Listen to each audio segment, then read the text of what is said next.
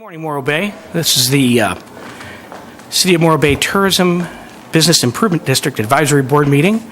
This is an exciting meeting for me because we have a number of new board members here, and what a wonderful day to see a full board on their first day. Establishing a quorum and calling this meeting to order at 9:01. I would like to start from right to left. I'd like each of our board members to briefly introduce themselves. Joan? Hello.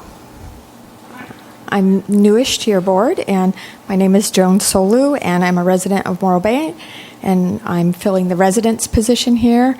Although I have owned several businesses in the past in Morro Bay, and actually am pretty still in touch with the business community here, but also in touch with the residents and folks at the high school. I have one son left at the high school, playing sports and doing those things. So maybe I can be helpful and tell you about anything new that might be coming up that they're discussing for blue and white big soirees at the school. So just hope to be helpful here. Thank you.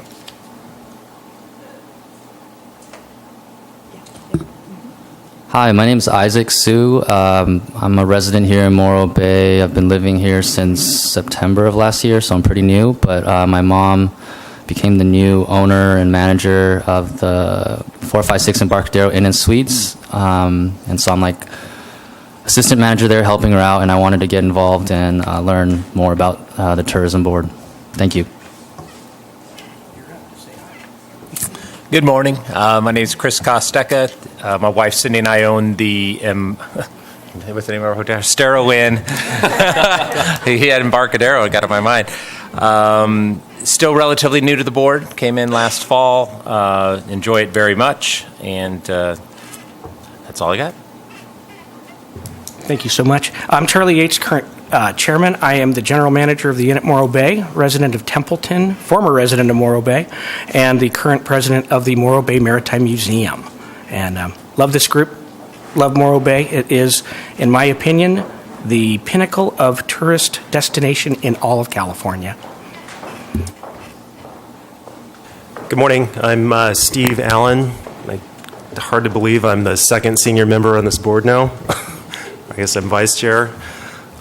We own and operate the Best Western San Marcos here in Morro Bay, the La Serena Inn, and the Masterpiece Hotel, as well as a couple properties and a couple hotels in Santa Cruz County. So look forward to working with you all. Thank you to your former board members who might be listening to this for your service. And yeah. I'm Nancy Dickinson. I'm new to the board. I'm in a resident position here, and I live in North Morro Bay since 2015. Love Morro Bay and can't agree with Charlie more. Morro Bay rocks. Hello, my name is Amish Patel. I'm a hotelier here in Morro Bay. I've been in the hotel industry all my life and am interested to see what TBID does and what I can offer it. And with that, I would like to take a moment and reflect, a moment of silence.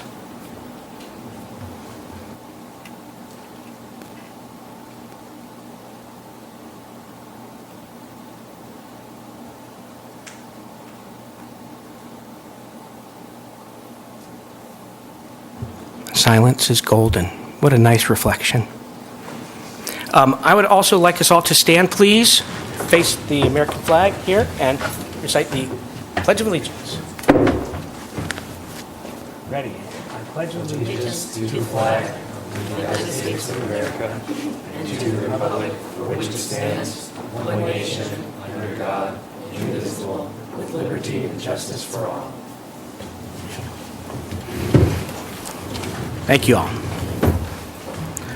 All right, I'd first like to open this to board member comments. Any announcements from the board, other than you're here, you're on the team. I love it. No comments?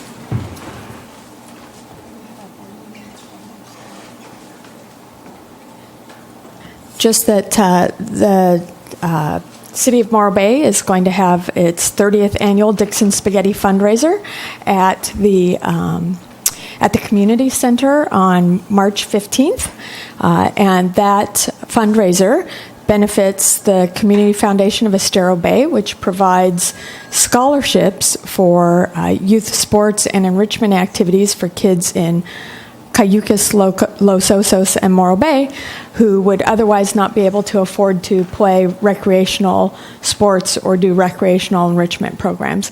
And they pay up to, in some cases, 80% of the costs and fees for families, and there's no limit on family members. So if the family is unable to have their kids afford to play and they have one child, or if they have 4 children or 12 children, they're still, and it's the 15th. And it's a big fundraiser for Community Foundation of Estero Bay, so we certainly appreciate the city's partnership on that. So go get your spaghetti dinner tickets by stopping by the Recreation and Parks Department. Get your spaghetti dinner tickets now. They sell fast. Any other announcements from the board? Seeing none, I'm going to ask if there are any staff announcements. I do have some staff amount. Did you do public comment? I'm sorry, I missed. Okay. I do have some staff announcements. First thing I want to mention, I did not do a slide on it, but I did want to mention that we have a property opening March 1st on Front Street. It's called Salty Sisters at Morro Rock. Has 6 rooms, and it's the first new property we've had in a long, long time in Morro Bay. So it's a very big deal. I would hope that all of you will wish them well when they start.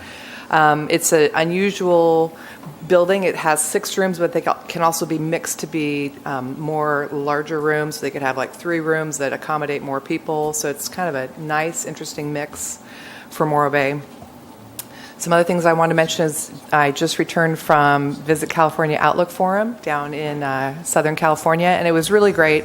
This was the first time that I went and felt like we were 100% focused with what they're also doing, and it was just a really nice feeling. They're coming out of all these extensive fires and floods that we've had over the last year, and they're really focusing on destination stewardship, and so they're really looking at the idea of protect, preserve, and promote.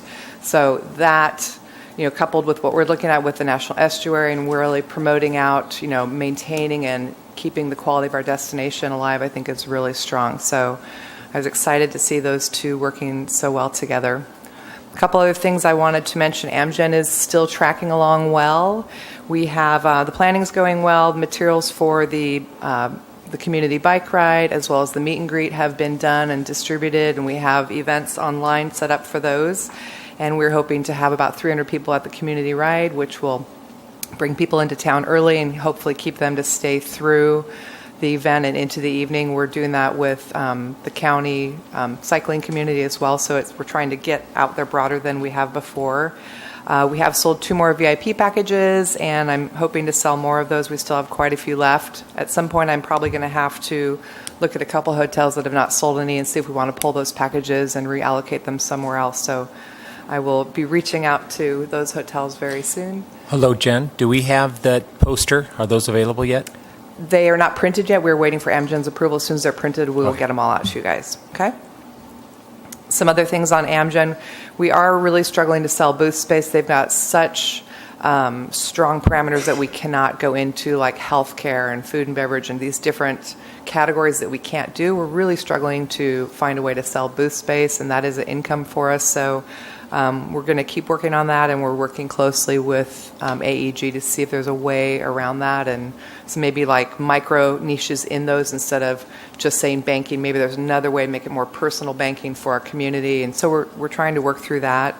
And also we've been trying to set up some different things with the high school, kind of struggling with that as well. I'm working with their vice principal, and he's really having a hard time getting ASB on board.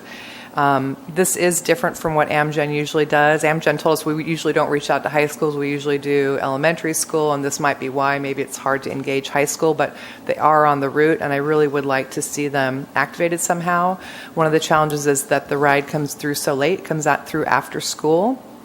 So one of the things he and I originally spoke about was maybe having some sort of an ASB presence down out on the lawn, so that we can do like some sort of a land art there would be really nice. Whether I put some up there that they've done in the past, whether it's a bicycle, or could do like cards that flip over, and so they maybe show the pirate and say "Welcome to Morro Bay" or something, really fun like that. So I haven't given up on that. I'm going to keep working on that. But maybe Joan, if you can have any insight to me for the high school, I'd really appreciate it. I'm kind of struggling with that a little bit.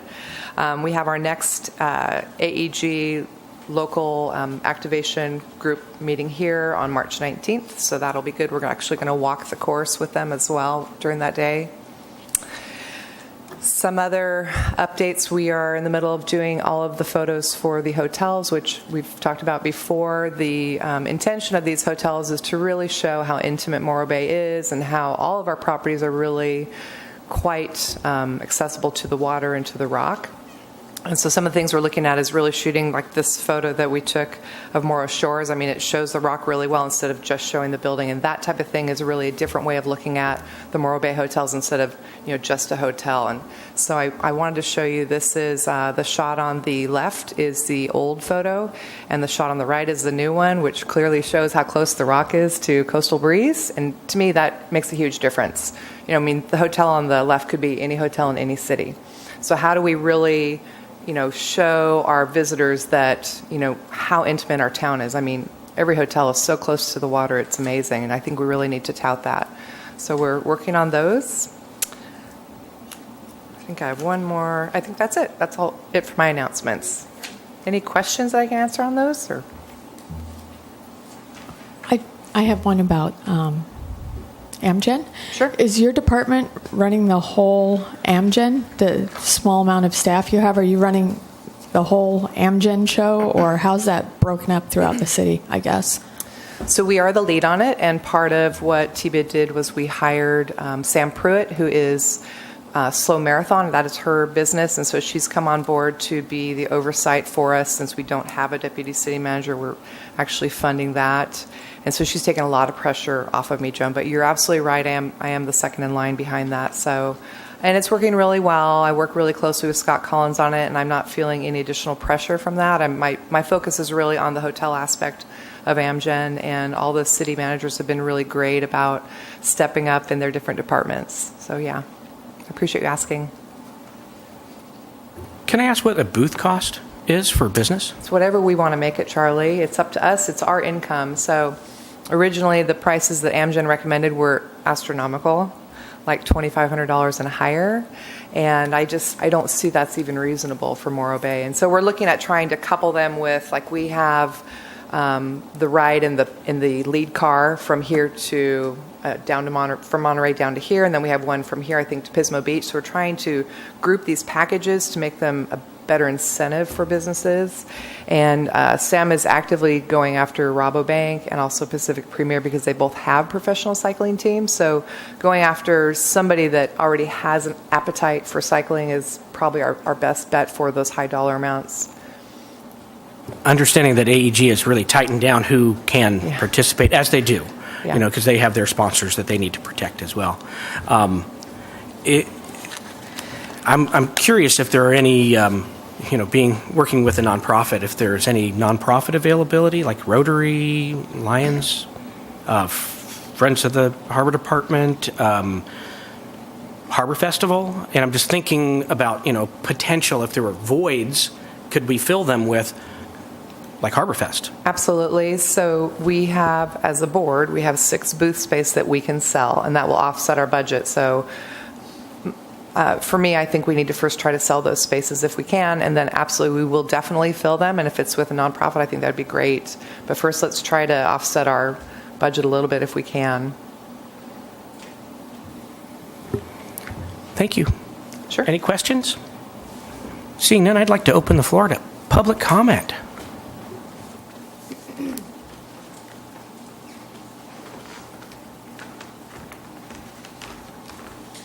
Good morning. My name is Sean Donahoe, and change the subject. I'm going to talk about cannabis. I'm with one of the 7 groups that's vying for the medical cannabis retail storefront. Obviously, the people of California and the people of Morro Bay have already spoken about bringing the regulated access to all adults over the age of 21. My background in policy affairs and economic development is quite substantial. I have a PhD work that I didn't finish on anti-money laundering technologies. I've worked for the World Bank in Russia. I have a master's from London School of Economics. My other partners have a vast amount of experience in the non-cannabis realm. One of my partners, Michael Joseph, ran commercial fishing operations out of Morro Bay for 20 plus years, as well as all over the world. Very much curates the beauty of the region off of his cattle ranch up in Santa Margarita, which is also, I think it was the 2nd licensed cannabis farm in San Luis Obispo County. Incidentally, we also received the first county cannabis business license for a delivery service located close to San Luis Obispo Airport. That was after successfully clearing both state and federal criminal background checks. My background as a policy advocate is I set up the state's largest cannabis trade association in early 2013 and worked at the state capitol. I'm a member of both our state trade association's legislative committee as well as our national trade association state regulatory committee. I've been involved in the policy realm for 6.5 years. But this is my first business that I'm actually touching and not being a consultant or an industry advocate. In relation to local affairs, about 2 years ago, I made the acquaintance of Chuck Davison, and he did have me speak at the California Travel Summit. So I love Visit California and the good work that Visit SoCal has been doing to promote the region. I did speak last May at Visit SoCal's Policy Summit on a specific panel about cannabis and how it will fit in with hoteliers and other members of the hospitality industry. In terms of the specific application before the city, we are proposing to convert 257 Morro Bay Boulevard at the corner of Morro and Morro, and to promote that as one of the many locations that are being vetted by the city's application process. As close as we are to motels, as close as we are to the waterfront, and as close as we are to the vital downtown business area, we very much want to integrate as much as possible into the community's character and provide a net win, not only for commercial as well as for security and other community benefit standards. So it's a big deal, cannabis, but then again, it's not a big deal. The regulatory framework was approved back in October 2015, and it's just now slowly getting implemented at the local level. Thank you very much. Any questions? Perfect timing, Sean. Thank you. Yeah, I at the corner of my eye, I was watching it. Thank you. Erica, thank you. Thank you, Chairman Yates. And so I'm Erica Crawford. I'm with the Morro Bay Chamber of Commerce. I'm their president and CEO. As I'm sitting here, I'm just taking in the great diversity, gender, all things. I'm very excited to see what this board does moving forward in the next year. I honor the commitment that you've made to drive the dominant industry sector in our economy in Morro Bay. And just really public servants, volunteerism, thank you for stepping up and doing this. It's great to see new faces. So we run a 300-member nonprofit. It's multi-industry. It's the only multi-industry advocacy group in Morro Bay.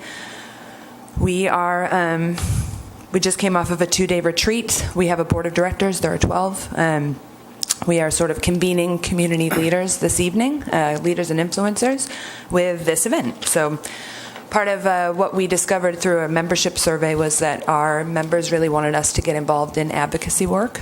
So we are working our gap scores, and we've started a government affairs committee. So as you know, the Morro Bay City Council and staff will begin their goals and objectives setting process on March 1st. In order that the Chamber can best advocate the needs of business during that process, we're convening the business community tonight at the Inn at Morro Bay from 5 to 7 p.m. we're calling it the Squeaky Wheel. It's an informed happy hour. Multiple department heads from the city staff will be on site, available to answer questions, provide context for issues so that our government affairs committee can draft a letter to council and participate with fervor during the goals and objectives process. And we hope that many, many people will turn out for that process. I think San Luis Obispo City, during their goals and objectives, have 300 to 400 residents and business owners participating. And last year, I think our city had 9. Joan, you were there. So, please come out and participate in our future. But thank you very much for your commitment. Erica, thank you. Any further public comment? The floor is open. Seeing none, we're going to move on to our consent agenda. Hopefully we've all had a chance to review the minutes that are in front of us, and I would like to ask, are there any changes, alterations, edits that are due? I see none.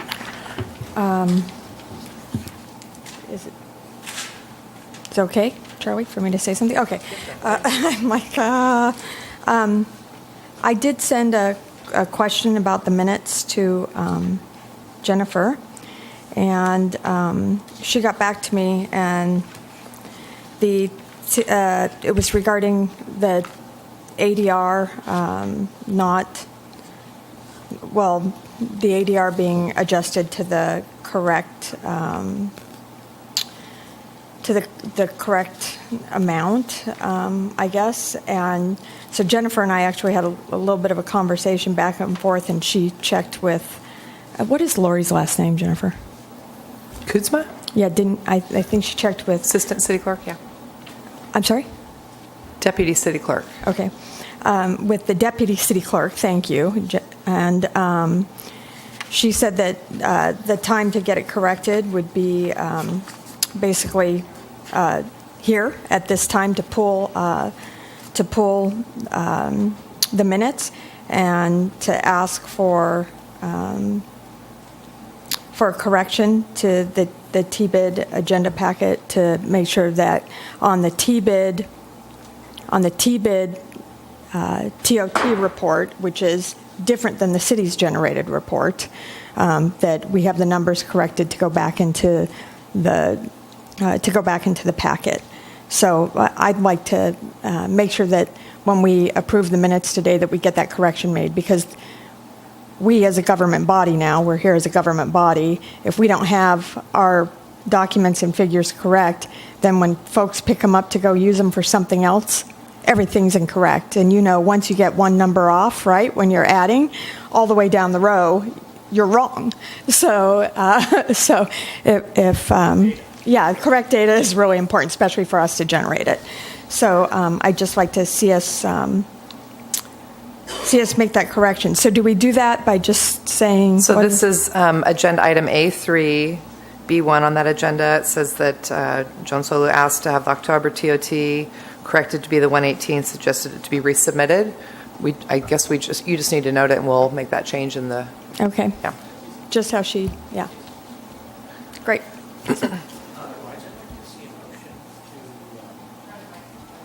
I'd like to see entertain a motion to approve the A1 through A4 with the correction. With the correction. Okay. I'll make a motion, Charlie, to approve consent agenda A1 through A4. I'll second. Thank you, Chris. Calling for a vote. All in favor? Aye. Any abstentions? Any nays? We're moving on. Okay, moving to business items. Jennifer, December 2018. Thank you. So I have a couple pages to go through on the TOT report. First page is the traditional document that sits on the city government website, and it's just pretty basic, shows the occupancy and the total income and tax collected. I'd like to look at a couple things on this, going to page 2, looking at the year-over-year comparison. Some of the things that I wanted to mention is I want to talk about first, there was quite a bit of weather in 2017 compared to 2018, which I wanted to make you aware of, because December was down, and so the question is, why were we down? In 2017, we had 1 day of rain. In 2018, we had 7 days of rain, which is significant. It's also the reason why the Lighted Boat Parade was moved off a week, which really hurt our December numbers to a certain extent. One of the things that I wanted to mention is, to me, when I look at the STAR report versus how we're sitting, I try to look at this globally of how are our neighbors doing. And with Cambria and Pismo both being down, I did reach out to SlowCal and ask them what they've done differently in December versus the December year before, and I have not heard back from them, but I'm interested to see what they have to say, because obviously there was just less bodies coming into our market. So I'm curious to see how what they have to say about that. San Simeon was up, but that's pretty typical Christmas time. Hearst Castle always does really strong. It's one of their strongest times of the year. The only thing that we really did different was we did not produce the kids' passport, which we've done the last 2 years. You know, our redemption is not super high. I believe we had 364 this last year redeemed. That is a added value to hotel guests. So when they come to the hotel, they get this passport, and the kids can get free stuff at different retailers in town. And you know, talking with a lot of the hotels, I don't know if you remember back, but we talked about this when we were doing the marketing plan, and there just wasn't really an appetite thinking that this really drove business into town when there's already so many families and kids coming into town. So the decision was to take that off. I don't really know that that's why our numbers are down. I don't have any way to accurately compare that, but I would say it's not why the numbers are down. I'd like to say that I think the moving of the lighted boat parade was a huge hit. We ended up only having 2 rooms booked on that Saturday. And so I think that hit a lot of people. And that kind of goes back to what we talked about in that same meeting is presenting Winterfest as a whole. Us as hoteliers doing a better job of marketing that has come for that whole period, so that if the lighted boat parade is moved, it doesn't. It's still within the parameters of Yeah, so it doesn't. So it gives people other reasons to come. Correct. I know they had a big hit. And just so you're aware, Terry Bass is coming to talk about Winterfest, so we can dive into that a little more when she's here as well. Did we have the tall ships in 2017? We did, but they were on the subsea docks, and they were here for less time. So this year they were here for a longer period of time? They were here for a longer period of time, but they did leave early because of weather. Right. Unfortunately, right. we lost that last weekend. They were supposed to be here, and I think they left Thursday, and they were supposed to be here until Sunday, which is really too bad. We could have used that last weekend of them being here. And was it last year, was it 2017 that Highway 41 was closed, or was that 2016? Does anyone remember? I want to say it was 16. But last year, Highway 1 was closed, right. and this year was open intermittently. They did close it when it rained heavy, but it was open for most of the month.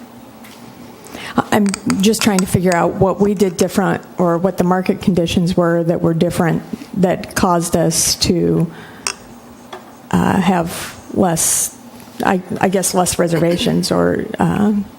How much influence do we all feel that the fires and evacuations from floods last year? I think it definitely. 2017 definitely rose our numbers last year. Correct. That I recall it really helped.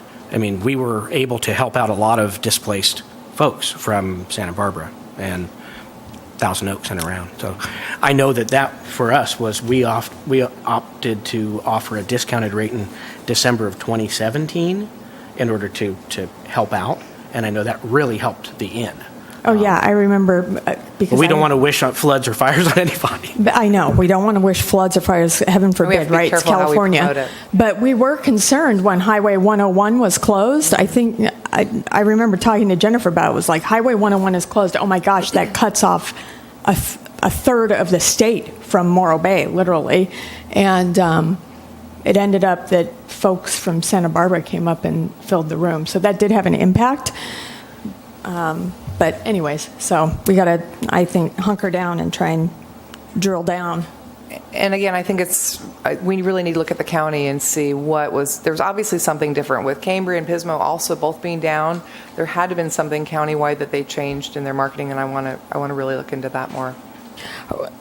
Or San Luis has added a lot of hotel rooms. San Luis has added hotel rooms, right? I don't think they were up by December, most of them. Yeah. Well, it might just be something in the overall economy, too. I mean, Santa Cruz County, even January has not been good. There just seems to be overall less rate compression. So is that more inventory? Is it the economy? But we're seeing it in Santa Cruz County as well. I'd be willing to still say it's mostly weather. Last December and last January of 17, those months were very nice. This year's been a little rougher. I think that's a big factor. We're not seeing tour buses, though, either. Yeah, that's another thing that we can touch on. So actually this coming weekend I'm leaving for Go West, that's our best chance to get tour travel operators, and their big thing is, they have to have breakfast included. So I've been talking with individual hotels about, they don't serve breakfast, can we prepackage breakfast specifically for the tour operators? So these tour operators, they are booking 12 to 18 months out. So this December might have been seeing the impact from the year before Go West. So when I go next week, it's not going to be like an overnight change. It'll probably be, a good 12 months before we see actually that change, unfortunately. But I think that's something that has to be addressed for sure. We still have hotels that serve breakfast. How many hotels don't serve breakfast? Do we even know what that number is? It's close to a dozen. But we still have our bigger hotels have breakfast. Do you have breakfast, Stephen? Yes. You do. And I think they do In it Amora at the Bay, Comfort Inn, the Flags. Yes. Best Westerns still do, right? We They don't still do offer a free breakfast, Right. but we do prepackaged breakfast. You do for tours. prepackaged, which Yeah. solves it.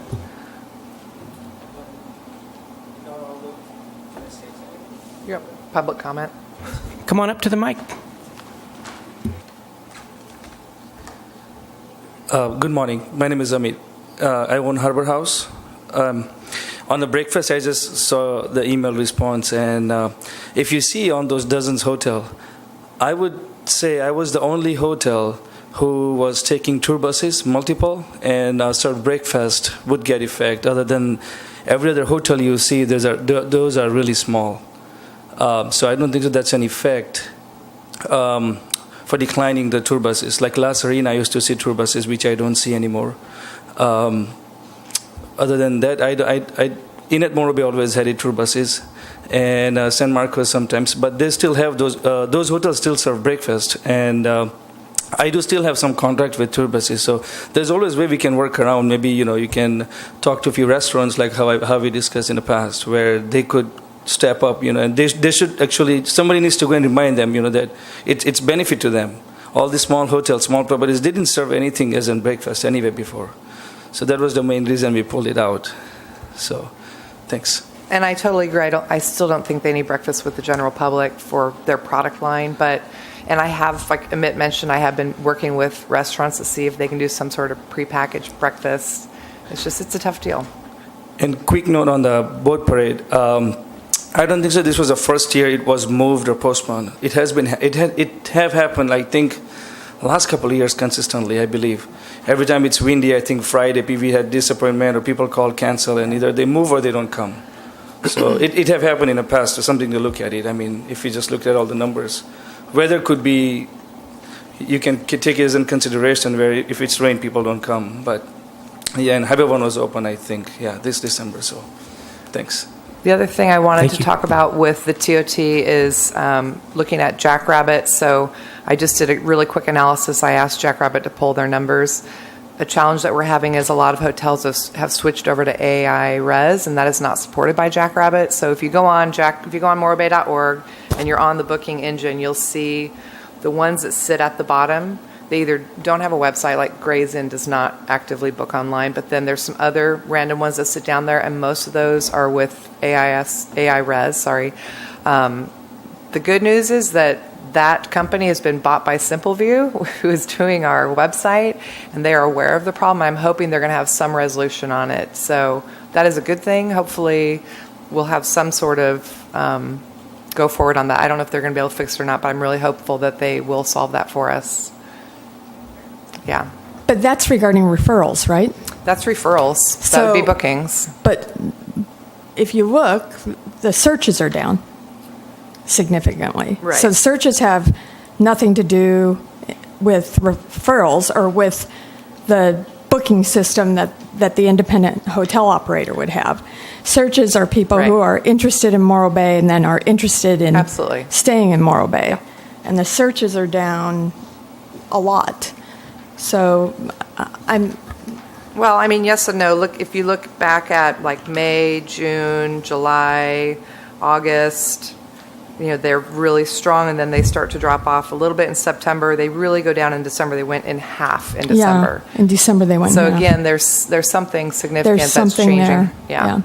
So that's And when possibly weather. I mean, possibly is just possibly the weather weather. keeping There's people in. I'm not sure. Well, there's a lot of spokes in the wheel, right? There's never any one single thing. Yeah. But it is It all adds up. important to look at all of it so you know how to push for next December. So you know what you did this December that you might change and push for next September, or excuse me, December, December, they rhyme, next December so that, Charlie, you run 100% in December. Any further comment? Any public comment? Okay, it's time to move on. B2. This is exciting nomination for board chair and co-chair, vice chair. So we need a nomination from the board. Can we just stick with what we have? Would you two do Absolutely. it again? But you still have to nominate Charlie and Stephen for... Yeah. But I just want to make sure they want to do it before we make them stick with it.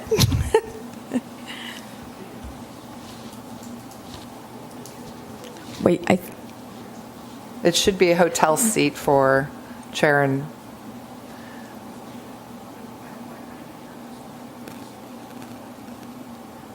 I think if you're having discussion, you need to turn on your microphone, Charlie. We're talking about you, Jennifer. No, I'm just kidding. We were talking about the potential of rearranging the board chair position or maintaining it. And I know that I'm a business person, not a resident, and we have a few non-residents on the board that love Morro Bay and love our businesses. I am willing and able to continue this, and as long as I have the support That of my would be board. my recommendation with 4 new members. I think that would be wise. And Stephen has done a fine job as my vice chair. Yep. I move that we have Charlie Yates sit as chair for the next year, starting today, and that we have Stephen Allen as vice chair. I'll second that. Okay, we're going to call for a vote. All in favor? Aye. Aye. Okay. Thank you all. Thank you for your confidence. Love this town, love tourism, and we're just going to get better and stronger with our new board. I think it's really exciting for me. So thank you. Hi, Terry. So guess what? We're at B3. And that means Terry's going to get up and talk about Winterfest. Ooh, yeah. So while she's getting her PowerPoint set up, I just wanted to give you guys a quick thought on this. So Winterfest technically does not include the tall ships. That is a separate grant, but Terry graciously has always included it as part of her push out because the more we have, the better we are. So that's kind of what I've asked her to do, and she's been really good about that. There's one thing I'm really good at taking direction for.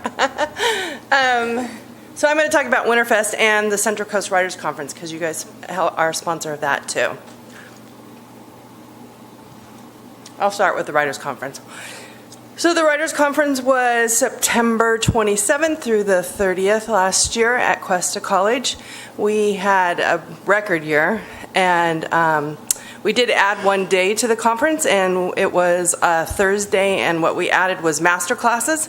So basically the students had a full 6 hours with one teacher, and they were encouraged to write and have a finished product at the end. That was wildly successful. We sold out of every single class on that. And the good thing is that we're bringing people, most of our guests came on a Tuesday and stayed all the way till Sunday. So that was awesome. Oh, you're on Winterfest? Okay, I'll go to Winterfest.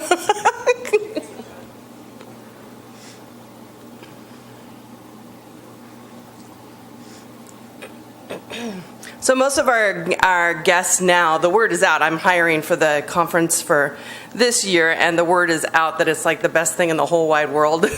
And it's mostly because we house them here.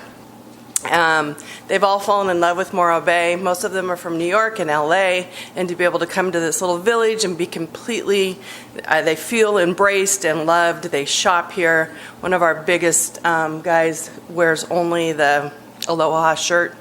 So he comes, buys a year's worth of Aloha shirts and moves on. So we had, is it not cooperating?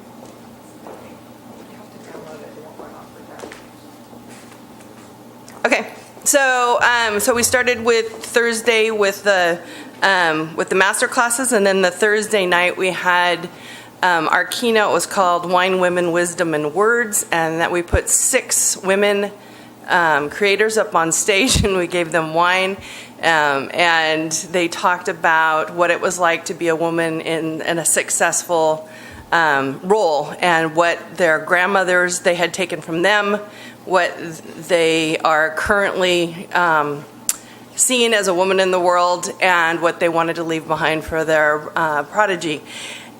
Unfortunately, it was the day that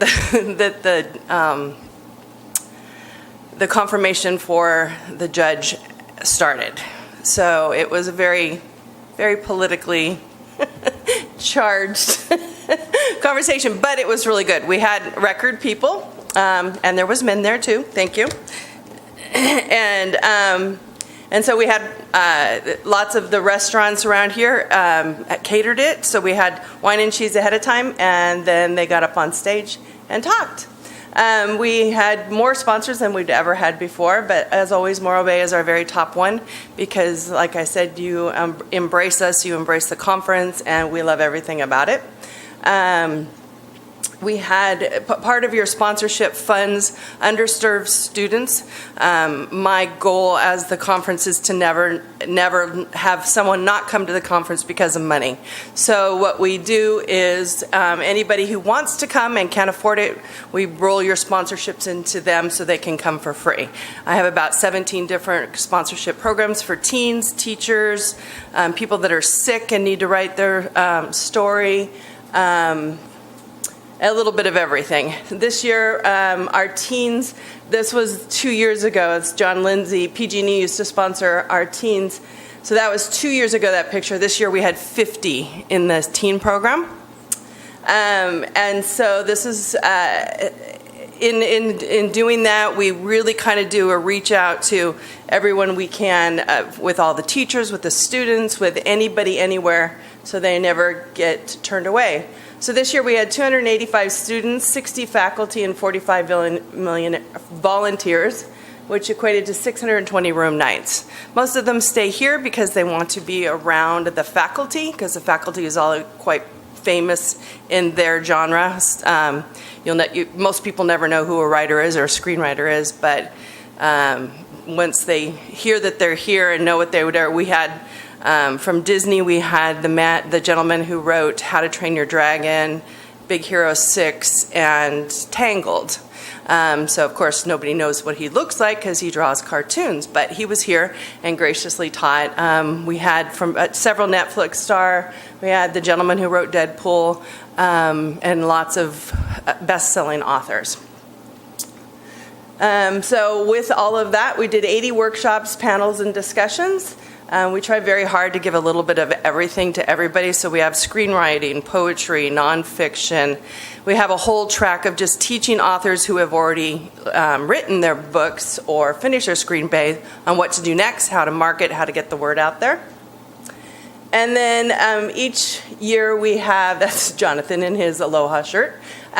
Each year we have a party at the Inn at Morro Bay, and it includes networking and live storytelling, and the feast that they put on there is quite impressive. And it's one of the most talked about events, and people can't get there quick enough. So this year for our teens, we did a script contest. Because they were being taught by a screenwriter, I got up before the class and said, all right, you have till November 1st to write me a script that's 10 minutes or less, and the best one we'll make into a movie. And thinking that there's no way that we would get anything, but we got 12 really good scripts. I chose one, and we produced it, and it will be showing at the Slow Film Festival on March 13th. So the good thing about this conference is we're learning how to make longevity happen to it. I mean, it is a gift that we are going to get into the film festival, but I guess it was good enough to get in there. So if you would like to come and see what your money helped do, it was written by a 14-year-old girl. It's a drama. It is not a comedy. It's quite frightening, but it's good. And then these are the press mentions we had. What we did this year is we tried to do something that was super viral. So Eldana is currently a best-selling author, but she started as a volunteer at the conference. She wasn't strong enough in her belief in herself as a writer to actually register for the conference, so she became one of my volunteers. She drove the carts because the campus is so big, we drive everybody around in golf carts. And 5 years later, she's our best-selling author. She's on her third book, and so we use that as a kind of this is what we're trying to do. This is the whole point of the conference, is take them from somebody that doesn't believe in themselves to buy a pen all the way to they're on the cover of magazines, TVs, and that worked really, really well with Eldana. She had just built a she shed in her backyard, and everybody wanted to take a picture of that, but her husband was having a heart attack because he wasn't sure if he permitted it, right? So, but we've got tons and tons of, I know, he's like, don't let them see the front of the house. But because of that, we got a lot of coverage. We got coverage both nationally and lots of locally. Our social medias is doing really well. This was the first year we did Instagram because there's not a lot of pictures when it comes to writers, but we figured out a way to do it. So there's lots of Morro Bay pictures, people looking lovingly out the window at Morro Bay. The Twitter and the Facebook is doing really, really well, and our post rate was about 241s per day on every single one of the our posts. We have hashtags at CCWC and then also Morro Bay because it's one of the biggest selling points of the conference. I used to do it in Pismo, and I'm so much happier here. Anyway, so our paid advertising, we spent about, I think it was $12,000 when it was all said and done in paid advertising, and in each one of those, the Morro Bay logo is prominent and the biggest one. Besides Cuesta, they have a little issue if I do it even bigger. And so this year was the biggest increase in student sponsors and satisfaction. And on Saturday night, we made a deal with a couple of the local wine bars and restaurants so people could just casually go in. Each of them gave us a special writers conference menu, and so there was writers all over Morro Bay. Questions? Can I ask? I have two things real quick before I open to the board. One, I would like you to mention what's going on with Judy Salamacher for this next year. Oh, yeah, Judy. Wait. I have one more thing. And then I would like to know how we can do a second writers' conference in February.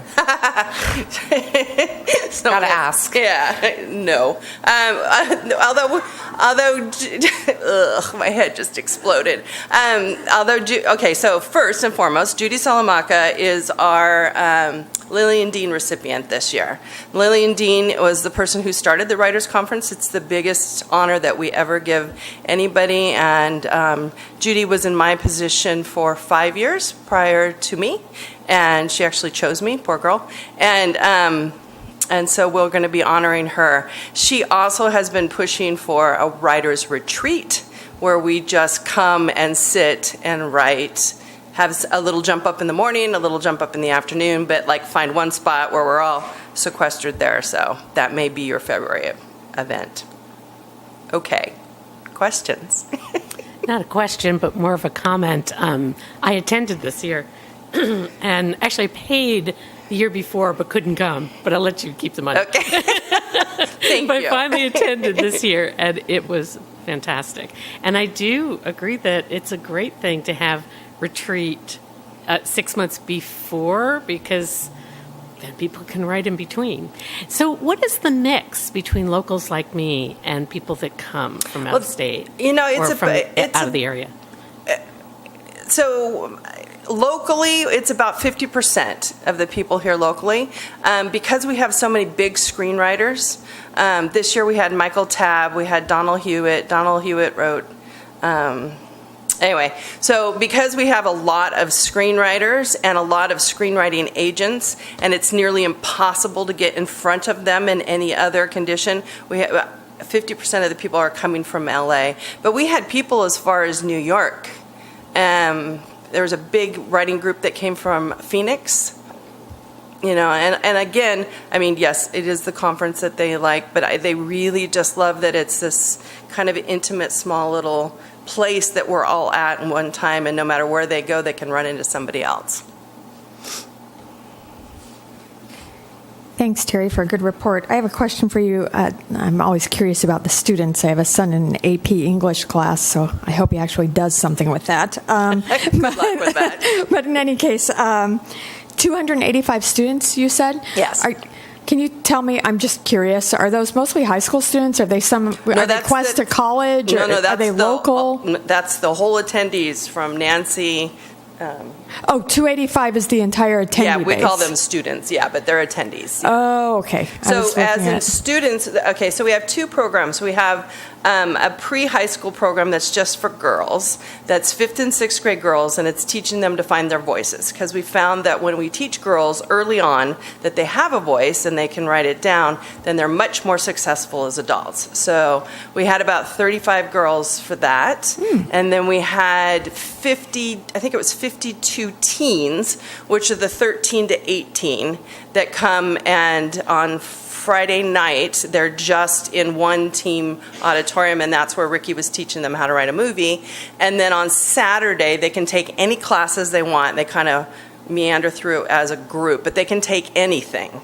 So if somebody's more interested in nonfiction, they can take that. If they're interested in movies, they can take anything they want.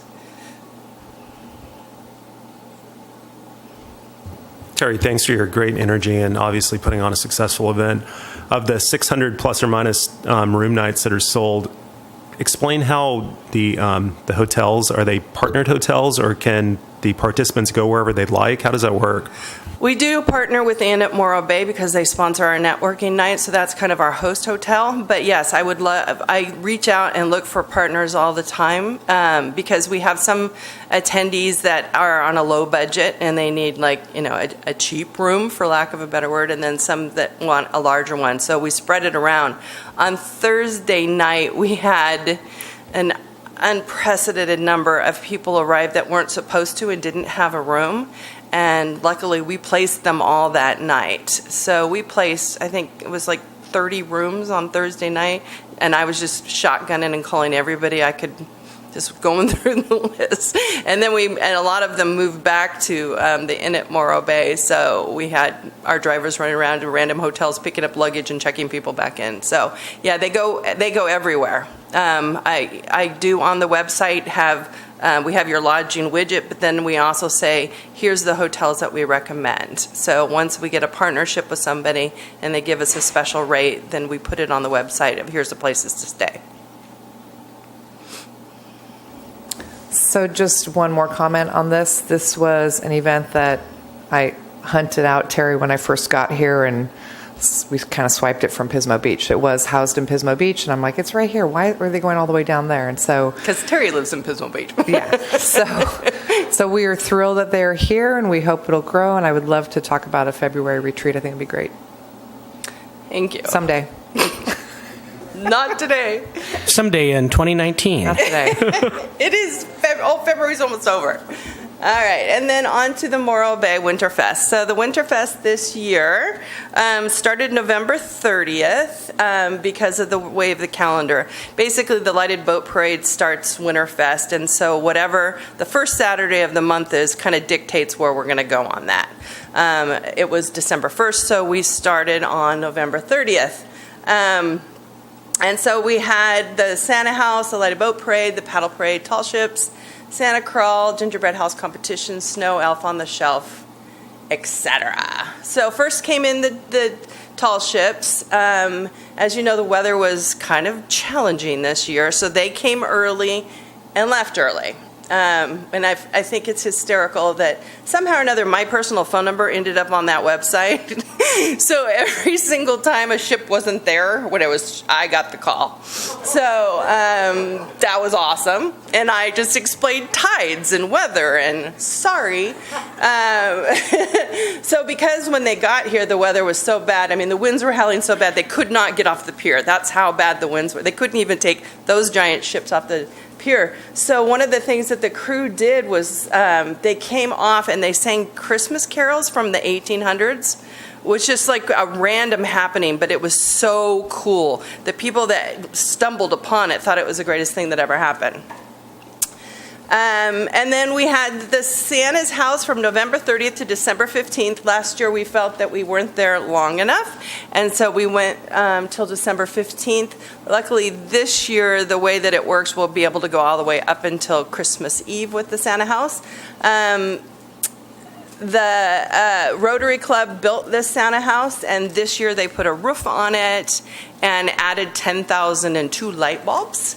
And Santa was there every night from 6 to 8. It was free to the public, which blew everybody's mind because I guess every other Santa house in the county charges. And so they'd say, how much? And we'd say, well, it's free. And they'd say, here's some donations. So people were super appreciative. It's not just children that come into the Santa house. We had just as many grown-ups and dogs as we did children. The gentlemen that played Santa were fantastic. Don Doubleday was Santa a lot, and I encourage him to do it again. He was a fantastic Santa. He grew the beard and everything. And then what we do is we have different businesses host the Santa house, so they basically bought toys for that night. So every kid that sat on Santa's lap got a toy. So it was kind of awesome. This year we are planning on doing the flooring and then doing some more decoration outside. The Friends of the Morro Bay Harbor Department came down for 3 nights and they put up 35 of the blow-ups. They brought the rescue jet skis and lighted them so the kids could get on it. Sophia from Poppy's store in downtown built us a sled, so there's a beautiful sled that sits outside it for photographic opportunities. So the Santa house is pretty exciting. The tree lighting was on Friday, November 31st, starting with the rec department up at the park up there. And then we had the crab pot Christmas trees. This year there's 33 crab pot Christmas trees that were lit up. We're going to do a push in the middle of summer to see if we can get more residents and more businesses on board and order the crab pots in June instead of in December. Because of course what happened was we ordered them all and they're leaving from Maine, getting to Morro Bay, and somewhere in Idaho they sat for a week in the snow. So the cool thing about the crab pot Christmas tree is now Morro Bay is now branded with that. It gets us a ton of press outside the area because it's such a cool thing for everybody to be doing. So we're really going to keep pushing to get everybody on board with these crab pot Christmas trees. This is the actual crab pot Christmas trees, but the ones that we bought from the Maine crab fishermen is basically just kind of, if you haven't seen them, they're not much to look at during the day, but at night they're stunning. And we did figure out a way to make them run on batteries this year. So that's kind of cool because a lot of the barrier to entry with a lot of businesses was said, I don't have a way to plug it in. But just a simple car battery can light it all night long. The Lighted Boat Parade preview is something that we do the Friday night before the Lighted Boat Parade. And what we do is we have businesses sponsor specific of the large boats that are going to be cruising anyway. So that includes the tall ships, the restaurant boats, Coast Guard, Harbor Patrol. And so the businesses give the money to the boaters to either put the lights on or pay for the gas. Papagayo, the $500, it's how much gas he uses just to do the parade. That was a windy, gnarly night, but still 8 businesses sponsored, but only 6 boats cruised because, again, the tall ships could not get off the pier. And then we had Saturday, not December 1st, but December 8th. So this year we had to make the call to postpone the lighted boat parade, and I am personally the most horrible human being on the planet because of that. There was a lot of people that were very upset that we moved it. But basically it came down to it was not safe for the boaters to be on the water, either putting up the lights or parading in that kind of weather. We are working on a system, talking to other cities that do boat parades we're going to set in ink. This is how much ahead of time we'll call the parade. This is the weather service that we'll be using, because part of the problem is all of us were using different weather services. On your iPhone, it's always sunny. And then John Lindsay says there's gale force winds, but your iPhone says it's sunny. So we're going to pick when we're going to do it, who's going to call it. It basically came down to the harbor, because there are police on the water, there are safety on the water. And when the harbor master said it's not safe, I said, okay. And so we put out the press that it was postponed. It was about 48 hours ahead of time. So there was a lot of people that were very disappointed because they were already either here or they couldn't get out. But there was my whole point was there was so much other stuff to do. There was the Santa House, the tall ships were there. There was a ton of other stuff to do. So we postponed it till December 8th. On the 1st, we had 45 boats that had signed up, but then only 25 competed. There was a lot of competition on December 8th. There was a couple fishing tournaments, you know what I mean, that they couldn't go out. So we did the cash prizes, $500 for first, $350 for second, $150 for third. We had 8 celebrity judges. John Lindsay was our judge this year. It was the first time he'd ever seen the lighted boat parade, which I thought was hysterical. And what I did this year that was different is I had events going all the way from the Rock all the way up to where we were hosted, and right in between the Libertine where the boats were. So we spread it out. So I had a couple vendors in the Rock parking lot. The Whitecap Band played on the South T Pier, so we tried to make it so it was the whole Embarcadero had something Christmassy going on. The paddle parade was on December 2nd. The paddle parade is the non-motorized boats. It's an answer to that it got kind of dangerous on the water with the big boats and the small boats, the non-motorized ones. So on December 2nd, we had it at Tidelands Park. It was from 1 to 4. We had 22 non-motorized friends. What we did with the prizes, we split them between over 16 feet and under 16 feet. And then on the shore, we had the Sea Otter Savvy and a bunch of state park activities. The second place prize for the under 16, they drove here from Reno to do it.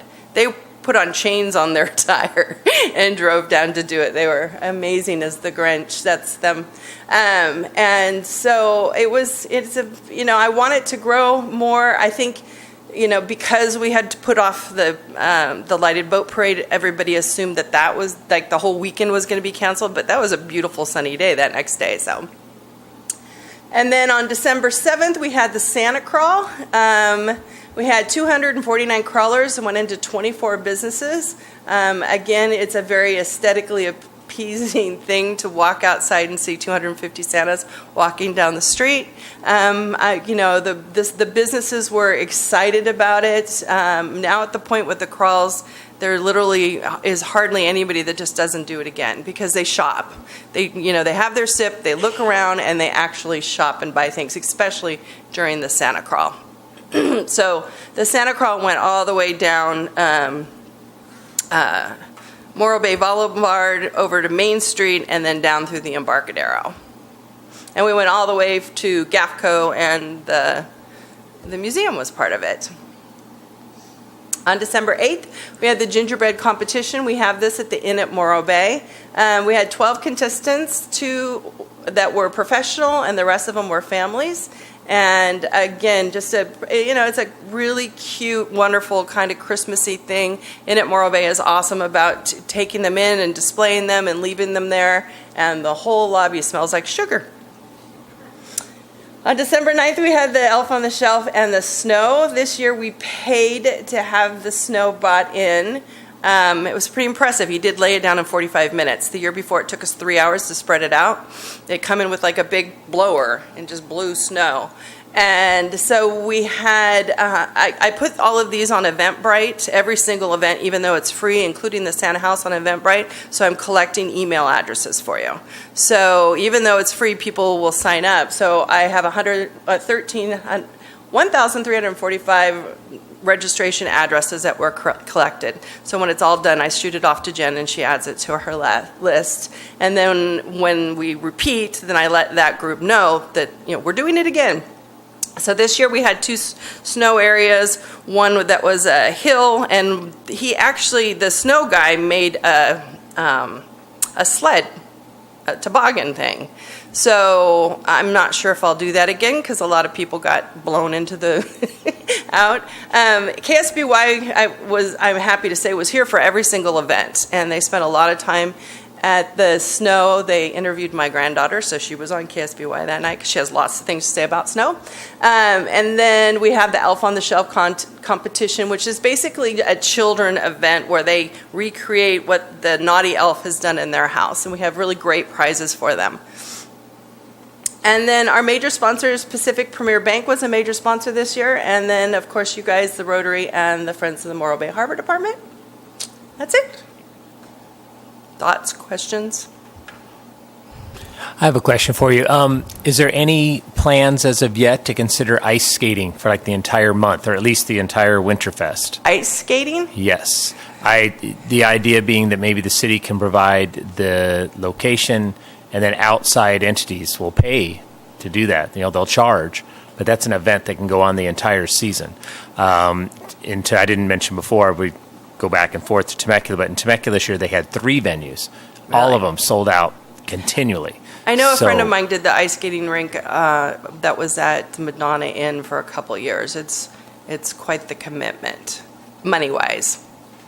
So I would love to do it. I'd love to see it. But you need a venue where you can lay down the ice and can be completely locked up and secured at night. So, and hard water costs money. Right. I think they were charging from $12 to $20 a person in town. And the fact that it went from one year to 2, now 3, it tells me there must be even money makers. Well, and not saying maybe for the city, but for the entity, if they're paying a rental, and then they run it individually. And I do know that the snow, those 4 hours of snow, is the happiest you've ever seen the Morro Bay kids. I mean, I think the parents would actually pay if we could even go further with it. So, yeah, I think it's a great idea. But to drive hotel rooms, that's a great event. Right. But that's 4-hour gap. Right. I'm trying to think of something that can take it and go an entire season. Basically, it comes down to whatever TBID can fund. Because like the snow we funded this year, that's why we had real snow. So I may spend a little time on that. It'd be nice if it wasn't an expenditure to us. And I can put you in touch with the person that did it, and so you can talk to her about logistics and costs and everything else. Perfect. And I'm assuming Madonna Inn probably did a very large one. They don't have to be big. I mean, some of these. No, theirs was that whole event center. Yeah, you can do them as small as this room right here. Terry, 2 questions. The snow and the Elf on the Shelf, is it mostly your registrants? Was it locals here from Morro Bay or people coming from out of town? We had probably about 35% of them were from Santa Maria. And second question, I know that the funding for the crawls was somewhat controversial. Any negative incidents, anything Not a happen? one. No. The police work with us. He starts with me at the very first start, and there was nothing, not a problem at all, not in any of the crawls so far. That's good to hear. Thank you. Thank you. Well, I take that back. The Leprechaun crawl was during that stupid baseball game that went to, or the Halloween call, the baseball game that went 22 innings. So they stopped crawling and they just stayed in one place. So that was the complaints they had, but I can't control a baseball game. Like, where'd they go? The Libertine. So. You were talking about the crab pot trees and how somebody, I guess the fisherman or whoever designs those, worked to find a solution to providing electricity by using a car battery, which is, of course, very clever. How many of those trees were put out? The smaller ones that are about as tall as a human? Well, they were sizes from 3 foot all the way to 6 foot. Okay. And so we have 33 that have been bought so far. 33. And how much are they? It depends. Ish. Yeah. Generally. So the bigger ones, I think, were like $300. They like 8 foot. The 8 foot ones are about And $300. then the smaller ones were, I think the 4 foot ones were like $80. But there's shipping involved too. So in addition to that. And but we also have the exact same thing can be found closely at Home Depot. So if you don't want to be a purist and actually have it made out of crab pots, we're going to encourage people, you can go buy it at Home Depot. okay, well, the reason why I'm asking is because if we started further out, maybe people could build it into their budget, because obviously this is early in the year now, and it's so funny that we're talking about the holiday season already, but that's how marketing and tourism works. You talk about things way, way out in advance. Exactly. So for the first time ever, not for the first time ever, I had family visiting, but for the first time ever, we took a huge group of our family up to Cambria to see the Christmas lights this year. And it was jamming. I mean, the whole town everywhere, not just where the lights were, where the holiday lights were, but the whole town was jamming. And to get into the lights, we parked at the high school, and they had buses, coaches, and the coaches and school buses were 6 deep. 6 deep, lined up, loading people up to take them up there to see. What an impact. I mean, what an impact. I stood there in that line from the back of the queue to get onto the bus, and it took us about 45 minutes with kids running all over the place, our big group. But it was fun. We had a great, time. And I could see our city becoming a city of trees, since we're a Tree City USA. So I could see us becoming a city of lit trees if we could all figure out how to do that and get on board with that. It takes obviously advanced planning, and knowing how much the trees are is part of it. I'm not sure that all of our businesses are aware that or maybe they are. I don't know. I sent a letter to every single business. You sent a letter to every single business. Yeah, so a couple times. So, and they're all, most of our businesses, you can see we don't have any, Bubba Gumps or corporate restaurants or whatever. They're all in there working. All the hotels are in there working. So somehow reaching them really far out in advance and keeping it front of mind so that. And I know it's a lot more work for you, but anyhow, those are just my thoughts on it. Because I think it's fantastic. Yeah, and that's why we're going to do it in June. And I did approach the businesses in June, but they were kind of, now we're busy, go away. Oh, yeah, they're slammed. So, with the Winterfest website, we have a map of the trees, and so it grows every year. So anybody could go on there, pull up the map, and drive around and see every tree. And so we plan on making it even bigger next year. The other thing that we haven't done before, Joan, which Terry and I talked about doing this year, is opening it to the residents. So we've always gone after the businesses to buy these trees. And this year she's going to go after anybody in town to buy a crab pot tree. And so we can really, like what you're talking about, is really try to impact the town. And then what, it would be put in the downtown corridor or something? No, at their home. At their home, too. House. Absolutely encourage people to have a crab pot tree at home. Okay. Because we actually had people ask about it. What if they want to sponsor one somewhere else in the community? They can do that, too. Of course. That would be so cool. Judy Salamaka did that, actually. She bought a tree that was at a business location. Yeah, that would be great. So we totally are very open to do anything like that. And the crab pot Christmas trees, he felt so bad they were late. He's donating 2 6-foot trees that's coming to us at no charge. So one will be at the Santa House, and then we'll put one on the pier. Oh, great. Okay, so I want to know about the trees. Sorry, I love Christmas lights. They're fabulous. They're beautiful. Anything else? Terry, thank you so much. A lot of hard work. Welcome. And a really great event. Thank you. Love them all. Thank you. And now we're going to be moving on, talking about our 2019 Visitor Guide concepts. Jennifer?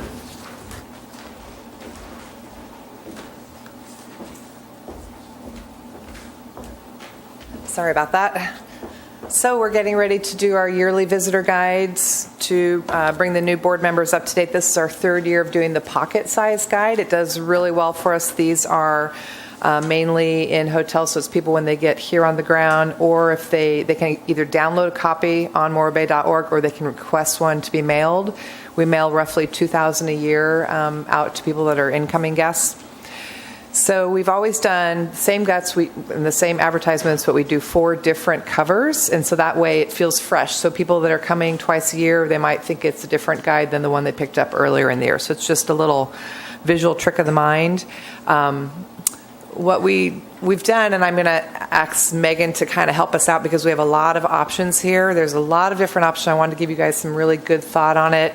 And again, looking at globally how we're trying to change the Morro Bay brand, we're really trying to upgrade the quality photos that we are using. And most of these are Dana's photos that we have purchased from her. So you'll see them on our new website, and they're on social media as well. I'm really happy with the quality look that she's doing, and I think it upgrades Morro Bay as a whole and really shows us how we all know that we are. I would encourage you guys to look at possibly 4 different covers that show the rock, that show active adventure, that show the beaches. As we've talked about in the past, our beaches are really kind of a missing link when you talk with visitors. They know the bay, it's in our name, but they tend to forget that we have amazing beaches and they go to Pismo. So the more that we can promote out that we have amazing beaches, I think that's a really strong cue for us. So what I thought I'd do is, we have so many covers, I thought maybe a really good way to start is just, if there's specific ones that you want to just take out and just say we don't like this one, as a group, if you can make a decision on the definite no's, let's pull those, and I'll have Megan kind of do an interactive. She'll just go on here and start deleting so we can kind of look at the group as they get smaller, and then once we get rid of the definite no's, then we can look at the other ones.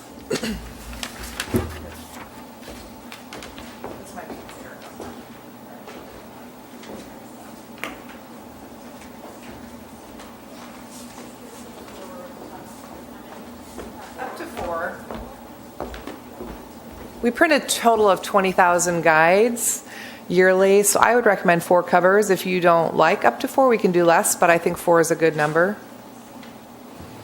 I'll start it off. I mean, personally, the buoy doesn't do anything for me. It's kind of cold and not very I love inviting. the seal. Okay, but I agree.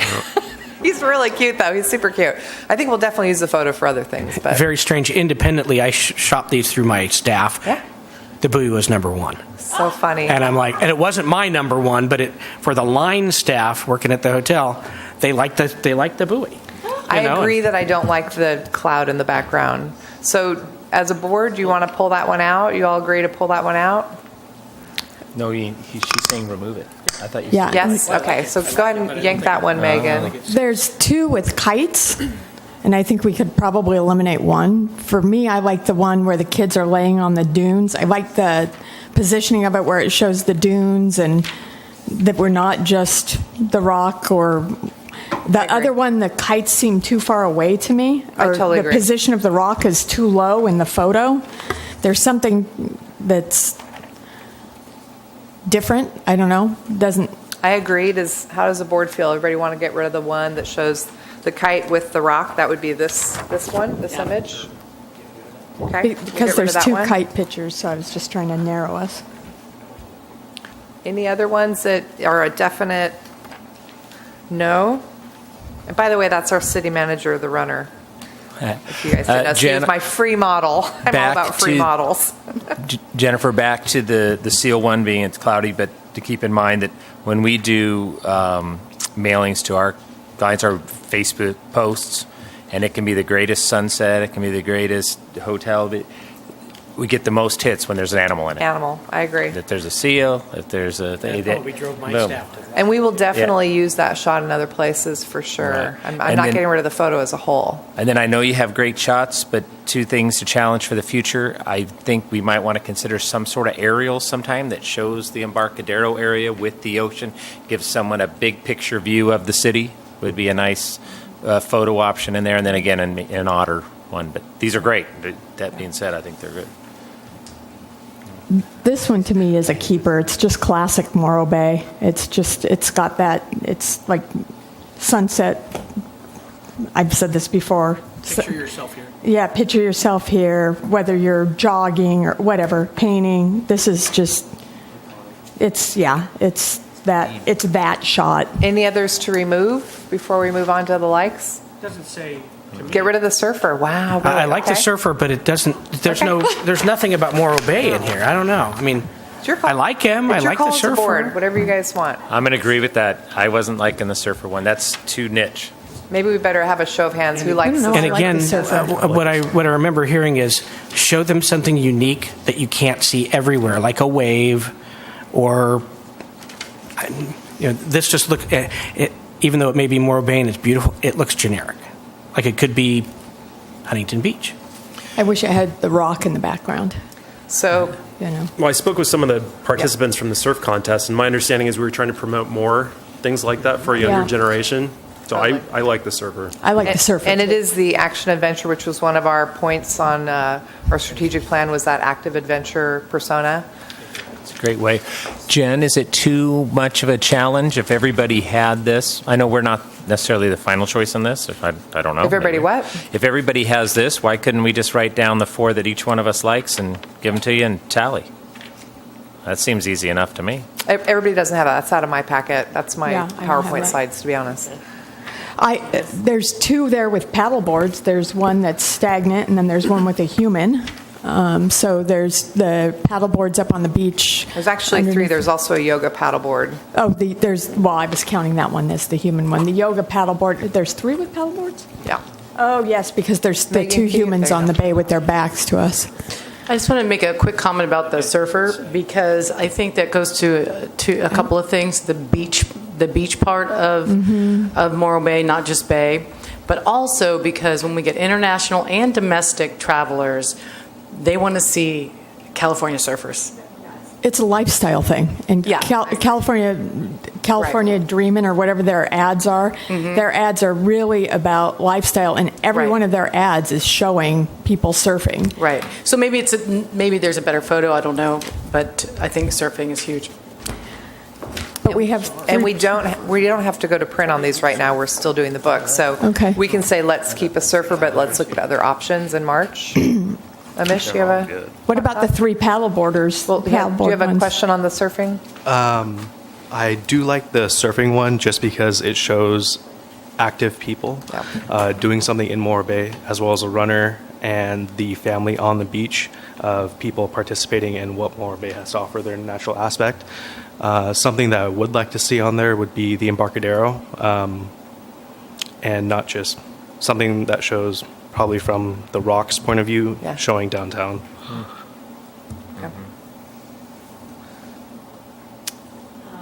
Is that on?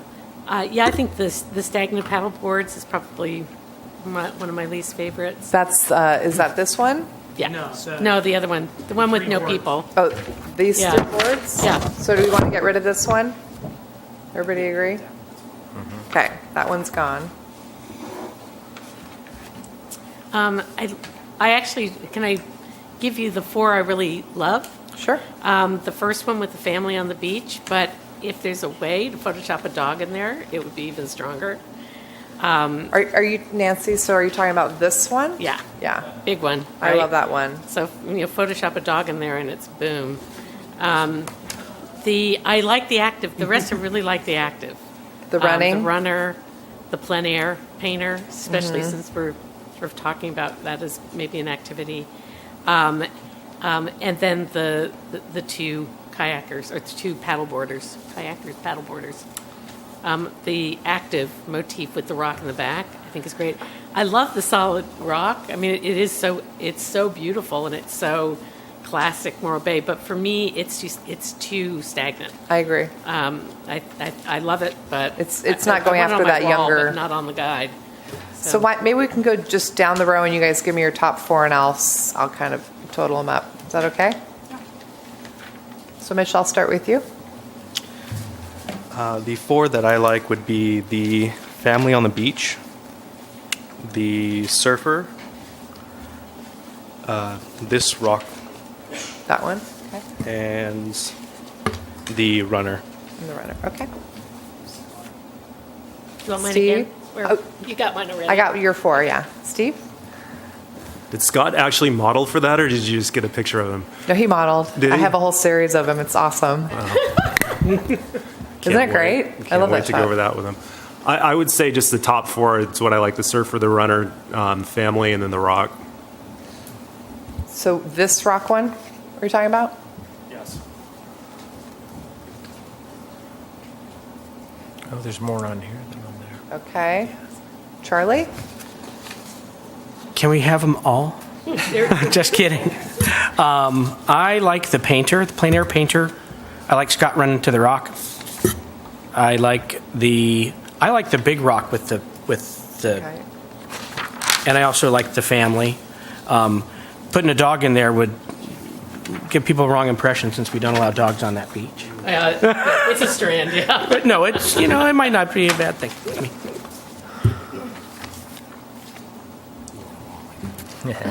Okay. Chris? You guys talked me into the surfer. I see that value. I do like the family on the beach. I like the painter. And to balance it out, the yoga kayaker. Okay. That I think that could work in the winter, since the others are more summery looking. That could be in the winter time. Isaac? Yeah. I feel like most of the guests that come to my hotel are older, and so I understand trying to market to like younger people, but I feel like the people that actually look and use the pamphlets, they're going to be older. So I really like the painter. I feel like I can actually see a lot of my guests being that person and like them identifying with that. And then I guess I like the ones with the rock because I like what you were saying. The ones without the rock can be kind of generic, and it doesn't really necessarily scream Morro Bay. So yeah, I like the one just the rock. This one? Yeah, Okay. and then I like this one. Okay. I like the painter and then the runner. The runner. And Jen, if I can go back, I kind of messed up. The families, I like the family with the rock, also the kites and the rock, instead of the ones on the beach. Because I don't have enough rocks in mine. Okay. Joan? I like them both. So I'm split. And so I think since we're going for rebranding as an area where there's adventure, I think it's been my experience that when you market to people, even if they're not going to do that activity, I feel like saying it. or even if their age is beyond that activity, they like to imagine themselves doing that activity. We all like to imagine that we can surf that wave. We all like to, anyways, we all like to imagine that we can run up the beach, right? It's kind of a freedom thing that you feel on vacation. So I'm a 2 and 2. I'm surfing, running. I am the family on the beach without the rock. And I am liking just the rock as a nature thing where your imagination takes you to doing whatever you'd like to do there, whether it's a Is this the bonfire. family one you like on the beach?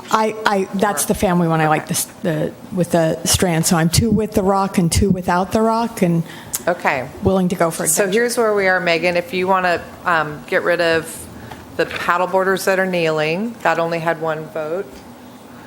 And the yoga paddle boarder only had 1 vote. And the kids on the sand dune with the kite had no votes.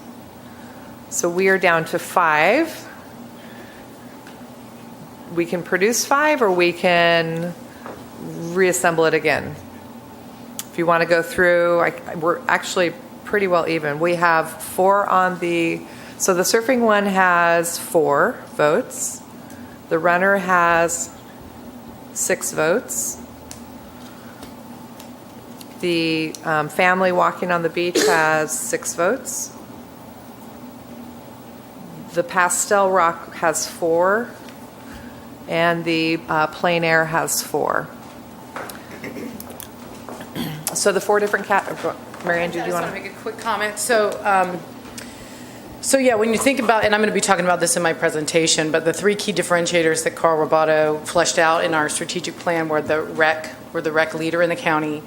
The second is the cultural aspect, which is the arts, but also our estuary, the ecology side of it, and that kind of thing. So I do think that I just want to make this comment because if those two are tied, they both have the rock. But that artist one, it's hitting one of our key differentiators that we want to try to get out there.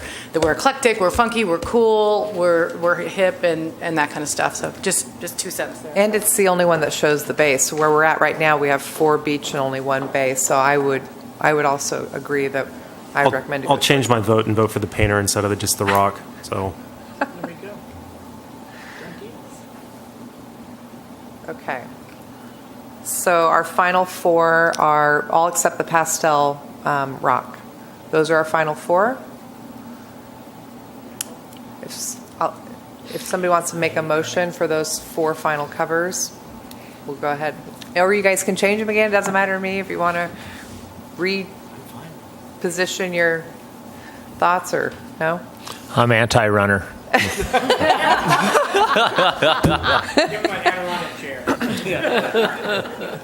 I'll make a motion to approve these 4 covers. Surfing, running, the beach, and the plein air painter. Okay. I second that. Thank you. Calling a vote. All in favor? Aye. Aye. Any opposed? Any abstentions? Looking great. Let's move on. But Jen, great photos. Yeah, really good. Just really good work. That's what Thank made you. it tough. Those are Dana's. She does a Any great one job. of these would work. And now I think it's really a nice quality. Now we're going to look move for on to our 6-month review of mental marketing and their extremely wonderful work. 6-month Okay. part 2. I'll do. Part 2. Thank you for having me. I'm Marianne Stansfield with Mental Marketing. Also, Bill Stansfield with Mental Marketing is here as well. Let me give you a quick introduction really quick because we have 4 new board members. So what is happening right now is Mental Marketing is in the middle of a 2-year contract. Part of the agreement that the old board asked was for them to come back at 6 months and do a 6-month review of how it's been going and where we're going next. The things that have happened in between that is we had a strategic plan done. So there was creative concepts that were approved by the board, approved by city council. Then after that, our strategic plan has been done. So last month, Mental Marketing came in and they gave us their review of how they're doing on the numbers, basically how their numbers have been moving, and they were doing really well. And I'd be glad to send out that report to the 4 new board members just so you have an idea of what that looks like. And today's report is how do we blend the brand that was approved by the board and by council into the new strategic plan. So that's... Go ahead. Sorry. Exactly. Thank you, Jen. No, I super appreciate that. Welcome, new board members. This is exciting. We have a full board, and everybody's ready to rumble. And we have this great strategic plan now that gives us a roadmap. And I couldn't be more thrilled about where we are right now. So we're going to be discussing the strategic plan approach that we're taking, and there is a copy of our approach outlined in your board packet, and want to talk about what we've accomplished to date as well. So, who has the? I have it. Oh.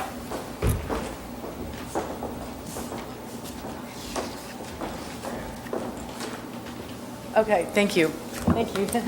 Megan was all over it. All right, so short-term strategies we're looking at for 6-month term on these that we are really got plenty of work to do, and it's just a matter of planning and pushing forward and attacking all the items. We've made some headway on the first 3 there, positioning, branding, and storytelling, tourism research, new website that Jen and her team are working on fantastically that should launch in April, which is great timing. For what we're trying to do here. External communications, so we're going to be planning and working on how to match up our external communications, PR and blog, like long format communications to support the plan. In-market communications, so that's building constituency, building that database, making sure we're getting information out to local tourism partners and so forth within the city. Special events, you saw that great presentation with Terry. I know that has a lot to do with Jen and her team and growing those. For example, the February writers retreat, which I too went to that, the Central Coast Writers event this year. It was fantastic. It was super fantastic. So I would love to see something like that as well. Okay, strategic alliances. So strategic alliances Carl identified as our tourism alliances. So that would be Visits Locale, Central Coast Tourism Council, and Visit California, which we have strong relationships with already, but we definitely want to look at ways where we can grow those and make them stronger, and maybe even find more additional co-op opportunities with these tourism partners. And then partnerships is community partners. So just different segments of the community, kind of like the focus groups that Carl did. He did with like 10 members of different segments of the community, whether it was the arts community, the ecological community here, and so on and so forth. And that's how we came to be with this strategic plan. That's where this information came from. And so we, as a tourism entity, want to strengthen those partnerships as well. So we've had a chance to get moving on several of the short-term projects, and I'm happy to answer any questions at any time throughout, and then there'll be a Q&A at the end as well. So go ahead. I'll let you do it. Thank you. Okay, so today's focus, positioning and messaging development, our brand approach that we're going to be able to tackle in the next couple of months, and our storytelling approach. We really want to have some messaging ready and in place for Amgen that's coming up quickly, and also our upcoming spring campaign, and get that going. So this I pulled right out of the strategic plan. This is the destination assets that Carl identified. Just kind of want to do a refresher on that. Friendly community destination, outdoor recreation. We're fierce about protecting our environment. We're an oceanfront location with waterfront hotels. We have a national estuary, and the eclectic community part. Like Joan had said, we don't have any chain restaurants. We have public art. We have special events, and really unique culture, including really cool museums. And we have a fishing community, which is, this community was built on. So it's just really unique in that regard. Excuse me. Go ahead. So this is a destination opportunity. This is the heart of this plan. I believe. And basically it's to improve competitiveness by reimagining and leveraging our assets to increase demand, revenues, and taxes, right? So how do we do that? We want to turn that opportunity into a solid marketing program that will hit through the sales funnel on every level. So I know we talked about this last month, and I wanted to bring the sales funnel to you guys and kind of discuss it a little bit.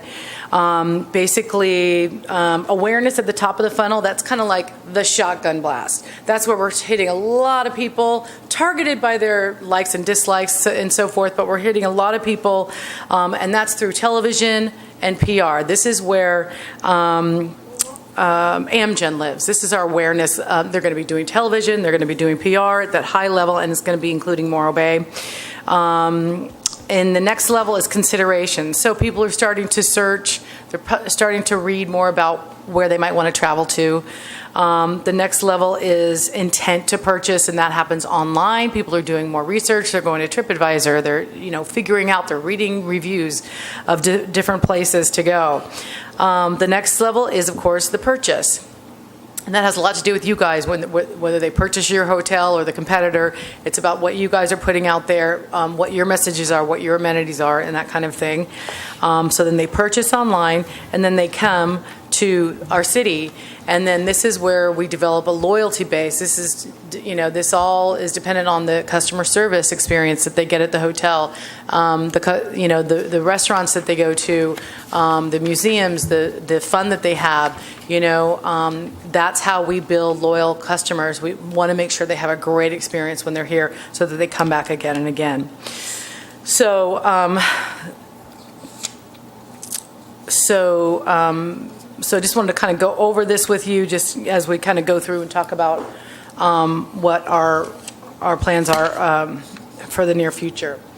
So positioning and messaging. So we all know how amazing Morway is. You know, we live here. If we don't live here, we work here, and we enjoy ourselves here, spend a lot of time here. And we have a lot of assets. And I think one of the things that makes me so excited about this strategic plan is allowing us to take the 3 key differentiators that were identified and streamline our messaging focus. So the 3 differentiators were that we're a diverse recreation leader in the county. So we have Morro Bay's location to both land and water-based activities. So, for example, we have surfing. There's a lot of places to surf up and down the coast, but we also have boating. We also have kayaking. We also have a safe harbor for a lot of these water activities that no other region in our county has. So we are really unique in that way, and I think that's what Carl identified. I think he said to Jen that we're the REI of the county, and that is not lost on us. We're definitely going to be calling those guys and seeing. Word is there is an REI coming to San Luis Obispo. I don't know if everybody knew that, but it's pretty cool. Anyway, so our second key differentiator, unique and eclectic place. So we touched on that a little bit in the guide cover part. So it really is an amalgam of several things. It's not really just arts and galleries, which is a huge thing because we have such cool galleries and vintage stores and antique shops, but we have these cool museums too, like the skateboard museum, our maritime museum. It's just that we have this nautical culture here too, and the activities, and then we have the ecological side of it. So ecotourism is so huge now, like Jen was saying about Visit California. I took notes somewhere, but I didn't write down, what is it, protect and preserve. That is something that we're aligned with very well with them. And so it's a combination of things that make us an eclectic place. And then, of course, the price and value. For a coastal destination, Morro Bay provides visitors with a unique local experience at a very affordable price. And so to that end, while we were developing messaging, we also reached out to local avid cyclists, multi-sport enthusiasts, local artists, gallery owners, art associations, art center, and then we met with National Estuary Program staff, and we really wanted to get their feedback, their thoughts on what's happening in their world and where they're living and what they're seeing, and we took that all into consideration when we were developing our messaging. So, brand approach. So when it comes to the brand creative, the asset repositioning that Carl discussed equals a more focused creative approach, which is fantastic. So we want to integrate the new positioning into our current brand for now, create opportunities across all mediums, print, digital, social, database, blogs, native, video. We want to leverage Amgen as a top sales funnel asset, that awareness building asset, because we're getting national exposure and international exposure. We get that 30-second commercial that's sent out there too. That's huge. But then on top of it, we're going to do a little niche targeting within a 3 to 5 hour drive zone of Morro Bay and spend a little money to go after that Amgen, that multi-sport swim, bike, run athlete, to leverage that opportunity. And then focused storytelling approach. So there's long format and short format. So long format like blogs, PR, native advertorial, video. You can really, so in a blog, a 400-word blog, you can really kind of dial down into, okay, what are the varied sports that we have that make us a recreation center? What is it that really, how do we describe our eclectic flavor here in this town? And then we can mention the affordability component. When it comes to a short format, like print, you have a headline. In digital, you have, a soundbite, and the same goes for social media. And so what we're going to focus on is our short format approach, and that's what we're going to share with you today. So storytelling, short format strategy, we've come up with a hashtag program. And there's several reasons for this. It's a short format storytelling. As we all know, they are just like little sound bites. You can use phrases, you can do single words. It executes well in all mediums, from digital print. So we can include hashtags that we decide to use in our PR. We can include them in our blogs. We can use them in our print. And social media, it really drives that. It executes well into different audiences, from Generation Z to millennials, Gen Xers, boomers, which are more of your clientele, because they're very flexible. We want to create a hashtag strategy that matches the channel that we use it on. So, for example, on Twitter, 1 to 2 tags, that's the max. The research shows that 1 to 2 powerful tweets double the engagement than those tweets without hashtags. Hashtags on Facebook help your post be more searchable, and they encourage conversation.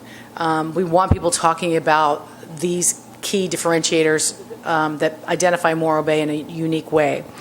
And Instagram posts is the anomaly. 8 to 10 is the average hashtag, the number of hashtags that make a post have higher interaction.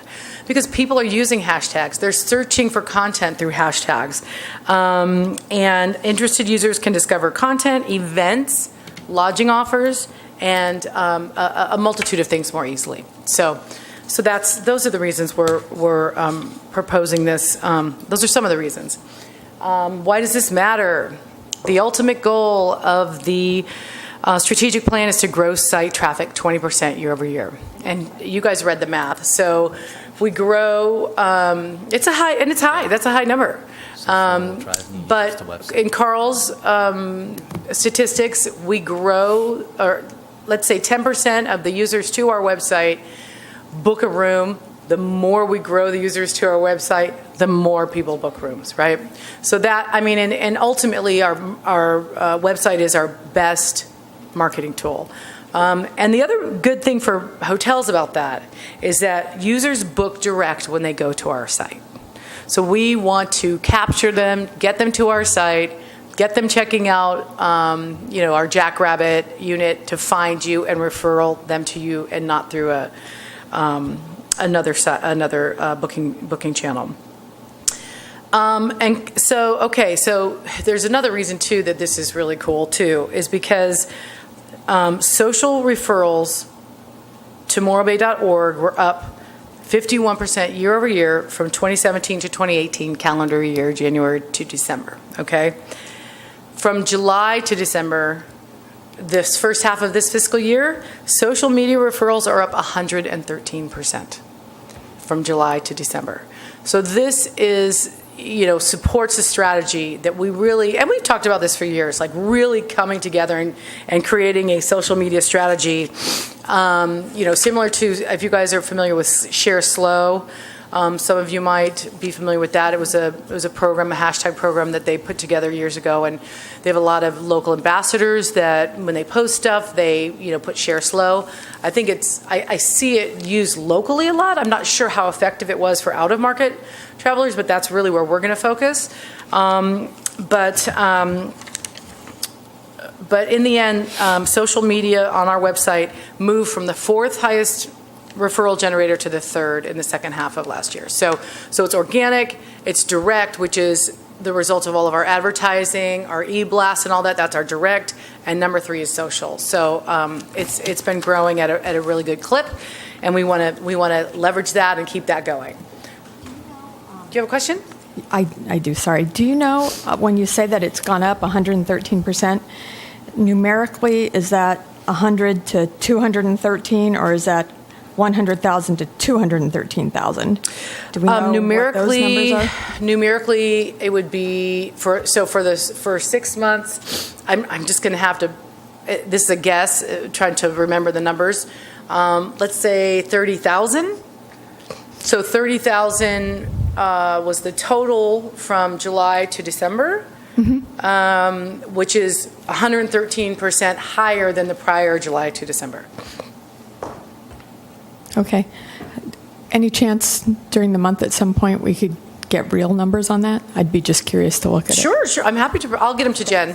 Thank you. Yeah.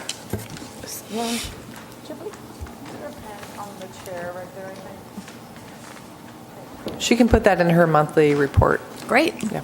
Sure. So, just the stats that I was just talking about, basically, just the social media stats. Yeah, I'm just curious to see how they grow actual numbers, because actual numbers are actual users. Users aren't a percent of a person; they're actual people. So, Sure. Yeah. Yeah. So, I appreciate what it would it. be is new. It would be the percent of new users. It's new users coming to our site, because these are all unique users. Were referred to our site. So 30,000 users were referred to our site from July to December from our social media channels. Okay.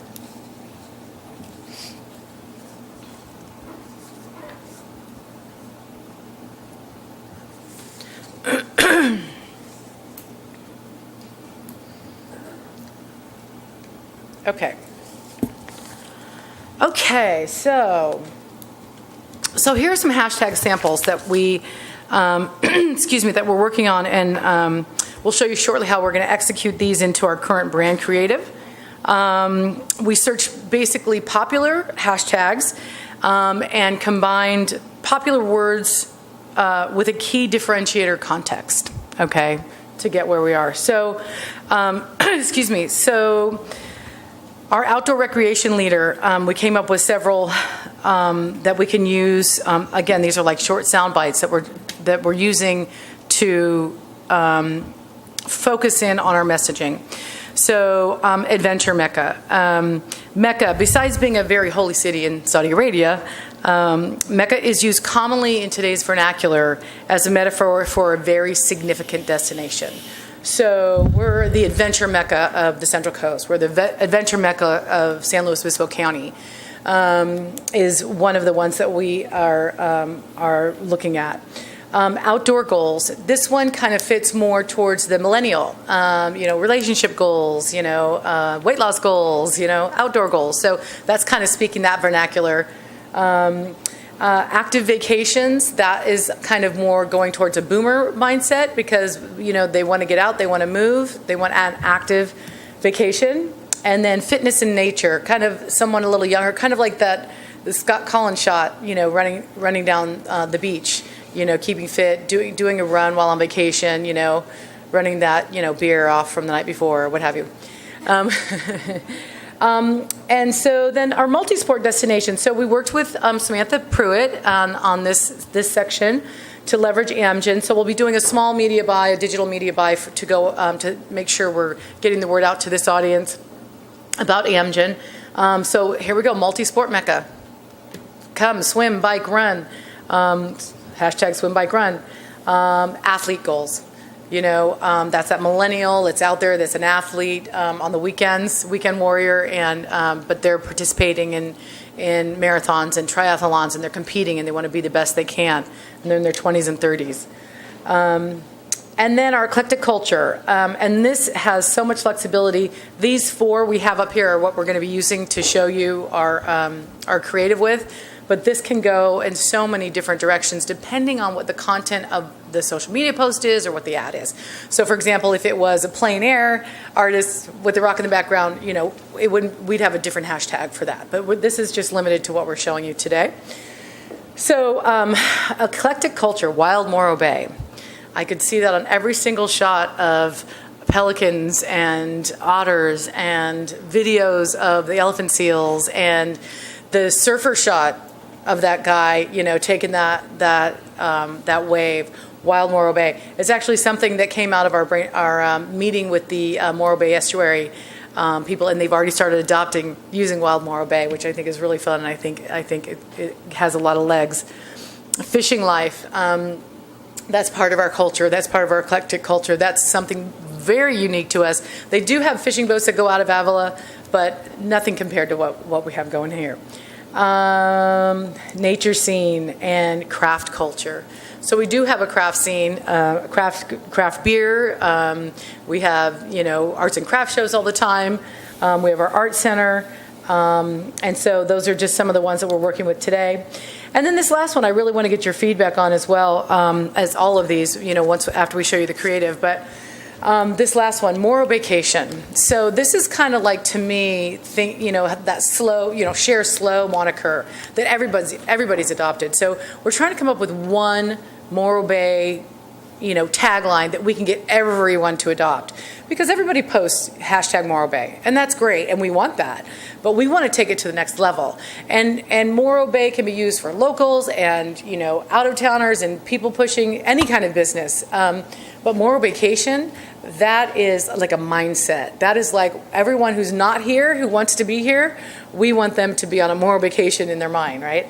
We want them to come here. And so just wanted to get your feedback on that, if that's something that you guys could see that has legs and could be, we could get some ambassadors putting it out there and really using it as tourism partners. Yeah. How am I on time, Jen? We're getting kind of long, so we still have to cover the budget. We're just going to show some creative so they can We're going get to show the creative, idea. and then that's it. So yeah. So what I had asked Marianne to do was I really want them to come up with solid hashtags that we can use everywhere, because, like she said, everybody uses hashtags. If we can get generalized as a citywide and then put whatever else you want on it, but we always use these specific things, right, it'll help us grow. Yeah, for sure. Okay, so we so for our outdoor sport kind of messaging, Samantha Pruitt sent us the outdoor. It's called the Outdoor Sport Report, and it's put together by the Outdoor Foundation. And the top 4 sports that people participate in are running, fishing, biking, and hiking. And so we did a panel of four creative layouts that include those 4 items. Okay. You guys each can do 2. Go ahead.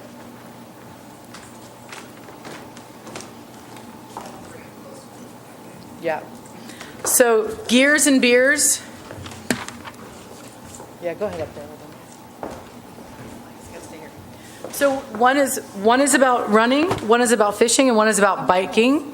And we use the hashtags based on the relevance of the subject matter. As you can see, they're super flexible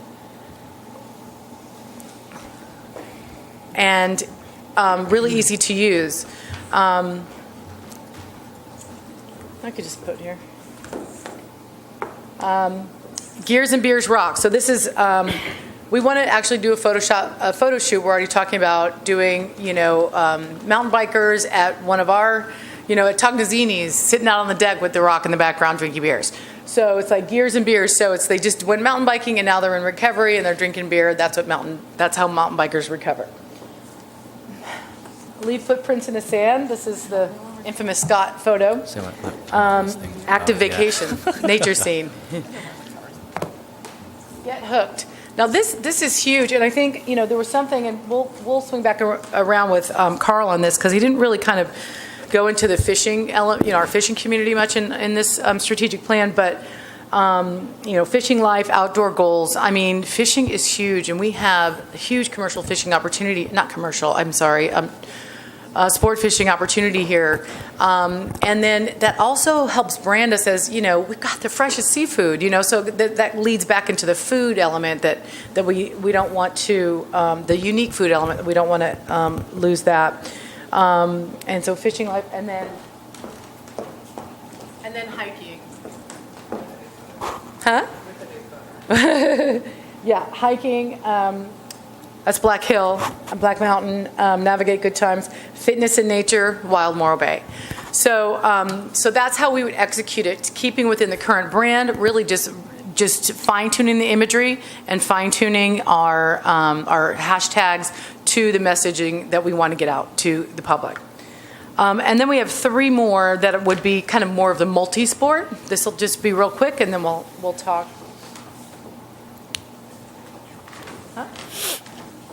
So these would be talking, and these headlines and these hashtags would be talking more to the athlete, the hardcore athlete. who are really, really out there and engaging. And the great thing about this target audience, quite frankly, you guys, is that we have triathlons, we have marathons, we have cycling races, we have all these events, but these guys train in between.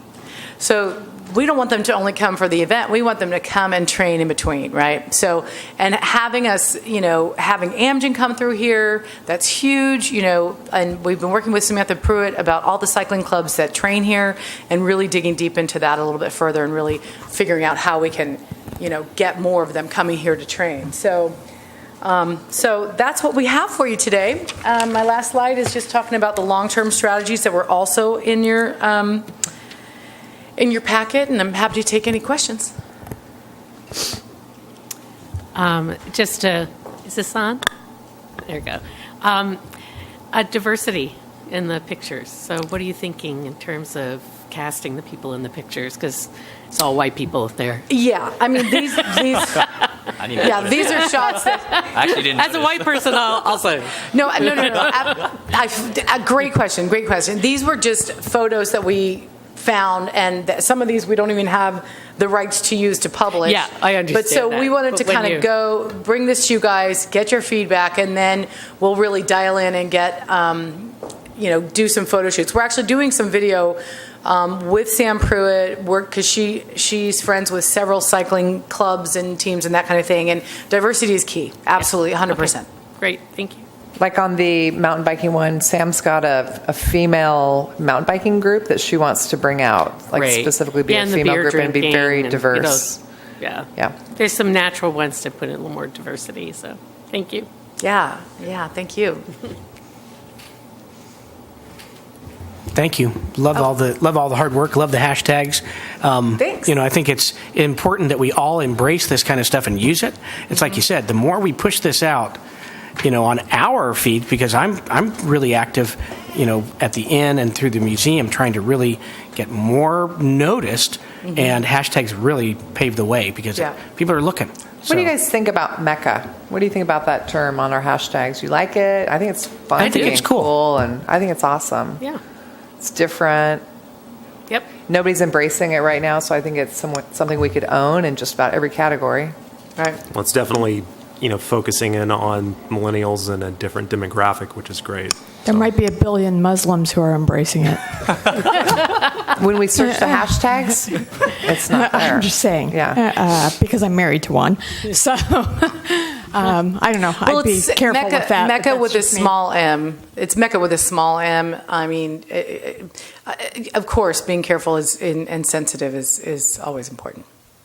Yeah, and I like getting some more diversity in the photos. Yeah. And I'm wondering what you think of one that has just the general word surf, because beyond just surfing, it also means like people watching the surf, people do surf fishing. There's animals in the surf. I mean, just bringing in the water element back in, like surf, sup, swim, or I don't know, something like that you could get the surf in there, because that word surf is huge for who we are as a community, not just board surfing. But I love the activity pictures, and then also surf pertains to food, because oysters and surf and turf, all that food kind of stuff. So. Yeah. I don't know. I like that. I think it's a strong word for us as a community. So. Yeah. But I like this idea. Yeah, we actually did. So when we were presenting to Jen and to the team, we had probably 9 of the active ones, and actually surf was one of them, but we just pared it down for you guys and went with the 4 top activities from this report we did. But that's definitely on our radar. Okay. Thank you. Yeah, I really want to commend you on the social strategy and strengthening that. One of the things when I heard Carl's strategic plan, he focused so much on the website, and I was concerned because websites are like the fax machines of today's world, right? It's not about the it's not about the website anymore. It's about driving traffic. It's traffic to the website or driving, and I know that's where we want people to go, but then just generally driving that consideration phase from awareness. And awareness building is not TV anymore. It's so many of the people that you're targeting in these pictures, they rarely watch broadcast TV. So spends on broadcast TV are just not as effective as putting your attention into your Twitter strategy. So I really commend you. Thank you so much. I really appreciate that coming from you, because I know you have a huge marketing background. So I thank you so much. Just on that note, we don't spend money on TV. We don't have a budget for it because, because we don't have millions and millions of dollars. But I did want to point that out because we do have our 30-second TV opportunity through Amgen. Yes, which is great. I know, right? Yeah, that's super cool. So, but thank you. Which is great because it's free, but TV spends are just that. Yeah. Unfortunately for KSBY. On all these, will you be so all these hashtags are going to drive back directly to the website, right? Are you driving back to the website? Is that your goal? Because I am wondering, because the website is where we see bookings, which funds the mechanism for advertising next year, right? And you yourself had a great point, which is that's the best place for hotels to get bookings because they're not charged a commission there. Right? And so so how are we driving that funnel down that you showed from the big splash to the awareness to funneling direct to our ability to convert, to our community's ability to convert? Right, good question. So that would be through our social channels. And so basically we want, like I said, can we go back a couple of slides? Oh, actually, I could probably do it. Let me see. I can do it. No. I don't want the funnel. Sorry. I want this one. Okay, so why does it matter? Because social media drives new users to our website. That's the key thing. And so what we're doing is we want to educate the public, all of our tourism partners, you guys, the city, everyone. And that to start using hashtags that consistently. So that if somebody searches Morro Bay vacation, or Morro Vacation, it's going to pull up articles, it's going to pull up blogs, it's going to pull up all linked back to our website. That's how they get back to our website when it's coming from not from our social media. But on our social media, we are going to be driving these hashtags home, and they click those stories, those blogs, those features, those events, those lodging specials all lead people back to our website, which is why, and I'll get you those stats, but which is why I think it was really revealing when just the last 6 months of last year, 113, our social media referrals have grown 113%. That's huge.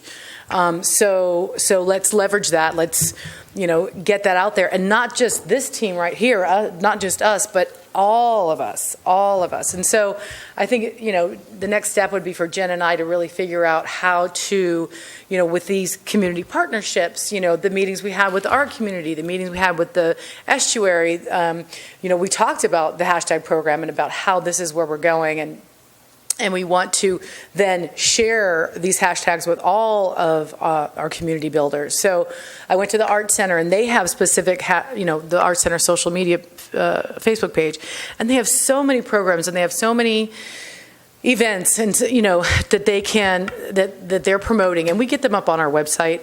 But if we can connect their events to Morro Vacation, when someone clicks Morro Vacation, they're now, when they search Morro Vacation on Instagram, Twitter, or Facebook, now Morro Bay Art Center content's pulling up, right? It's going to be like an education about what all that Morro Bay is.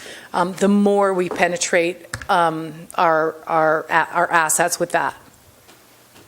And then I guess this is a question for Jennifer. Jennifer, the website portion of it, the new website is coming. How are you going to coordinate all of these kind of new, like Morro Vacations? Are you going to coordinate any of these kind of hashtag themes or whatever into that website? It'll be through our SEO, yes. Mm-hmm. Yeah. Okay. And through some of our promotions and our campaigns, like so on the current And all our website, landing it's going to be pages. different. Yeah. So like on the current website, we have the rotator board that goes across, more vacation, hashtag on the front page. Yeah. So easy to incorporate to all channels, which I think that's another key asset to this program. Okay. Great. Thank you. Good answers. It would be interesting to know, for me, bookings on mobile versus web. Okay. Just so I can understand the strategy a little better, and then how mobile enabled the website is, how you're building the website, because I'm sure that mobile bookings are going to continue to rise, and less people will go to the website, but you still want them to be able to book. So, so anyway, just I'd love to know your strategy on that. It's definitely part of the deal. The mobile, great. Okay. Thank you. All righty. Thank you very much. Thanks, you guys. Good presentation. Thank you. And last but not least, Is everybody okay with time? I know we're running late, so we probably have another 20 minutes for Jen Calloway and I to go through the budget with you guys. Are we all good? do you mind if I take a quick break? Sure. 5-minute break? Okay. You're going to go get pizza? No.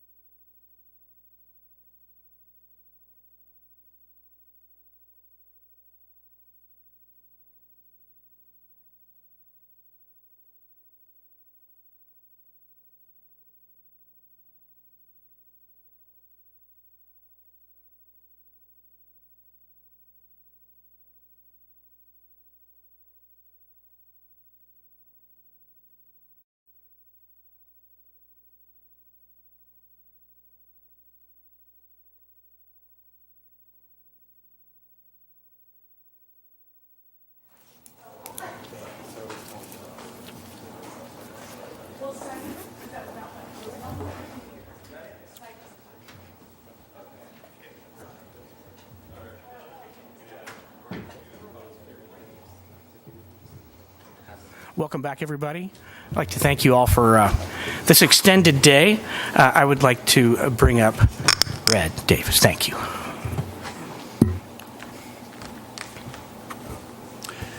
Thank you, Mr. Yates. My name is Robert Davis. I want to welcome the new members to the TBID Advisory Committee, and I want to thank you for volunteering to do this important work. Your committee manages a budget of around $1 million, and you have the responsibility to drive tourism to this city, which accounts for almost a third of our city's general revenue. So you have a very important function in the city, and I want you to know that council appreciates your work, and we value your recommendations. And also, I am the council liaison to the TBID committee, so please feel free at any time to contact me with questions or comments or recommendations. And I want to congratulate Mr. Yates and Mr. Allen for winning re-election to your posts. It was a hard-fought campaign. You prevailed, so congratulations. Thank you again, all of you. Thank you. Thank you so much, Red. And now, Jennifer, you're up. Sure. So I'm here with our fearless financial leader, Jen Calloway, and she's going to help us walk through our budget. So to bring the new board members up to date, the budget was presented to TBID with line item allocations for the year, which was approved, and then it went to City Council for approval and was adopted. And so we are halfway through that yearly budget. So this is just our mid-year to look at how we're doing. We're tracking very well financially and how we're spending. Some things that I wanted to mention from my standpoint. One is the Simple View contract, which is it's a pretty large fee. That fee, we had allocated some different line items for money towards rebuilding and digital assets and the website, but the actual number that was approved by City Council is higher than the physical dollars in that one line item. So I've held money and allocated it in several line items to cover that. Just so you know, that's kind of, if you see some money sitting that's not being used, that's probably what it's for. And if you want me to go through those line items, I'd be glad to.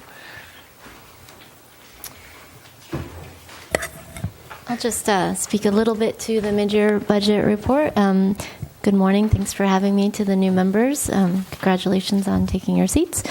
This is the mid-year budget update that will be presented to Council on Tuesday night as a whole for all of the cities, the General Fund, the Measure Q Fund, Tourism Fund, and the Enterprise Funds.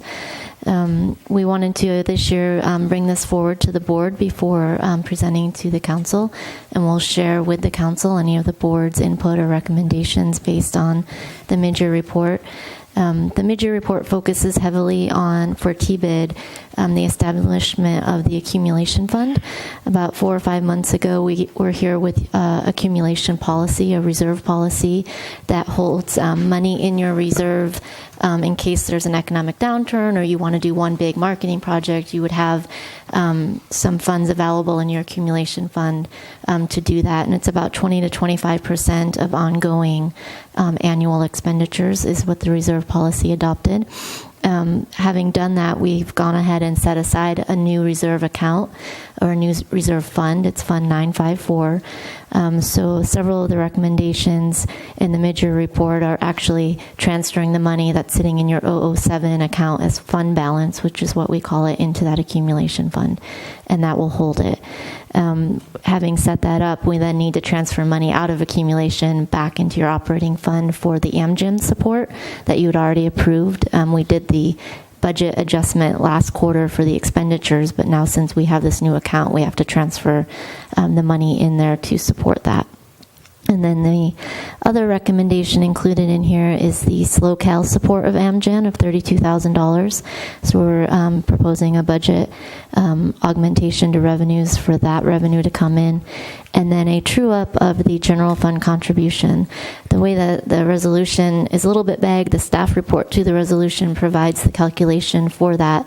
And it's $60,000 base funding plus 20% of TOT received beyond $3 million. When we adopt the budget in the April-May timeframe, we obviously don't know what year-end TOT results will be. So we did this last year as well, as went back and trued up to what we actually received and did a budget adjustment for that. And that's the $11,163 adjustment that you see in the staff report. Other than that, I don't have any more detail. I'm happy to answer any questions. We did get some in advance. If we want to go through those, we can do that. Or if you have any questions on the accumulation fund or anything like that.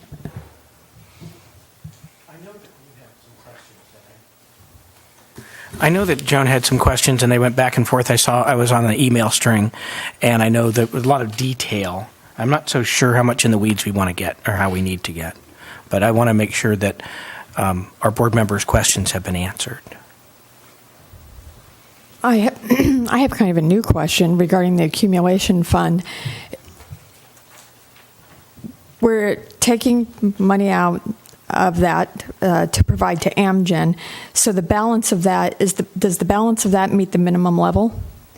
It does. Once that money is out? Yeah, the policy has a minimum and a target funding level, so the range is 20 to 25%. You would fall within that range. You're just shy of the target of 25%. You're at about 23%. Would there be enough money in there to pull money from there to make up the true-up amount so that we don't remove any line item that's already committed in the current budget? Absolutely. We could do that. We could do that now, or we could do that at year-end when you see where you fall at year-end, because you might have excess revenues over expenditures as we get into the third quarter. So we could do it at that point, or I'm happy to do that now. Either way is fine. Okay. That was a question I had. Is it preferable to do it at a true-up at the end of the quarter? I think that would probably be my preference, would be to wait till we get all those revenues collected. Yeah, wait till. But that makes great sense. Thank you. And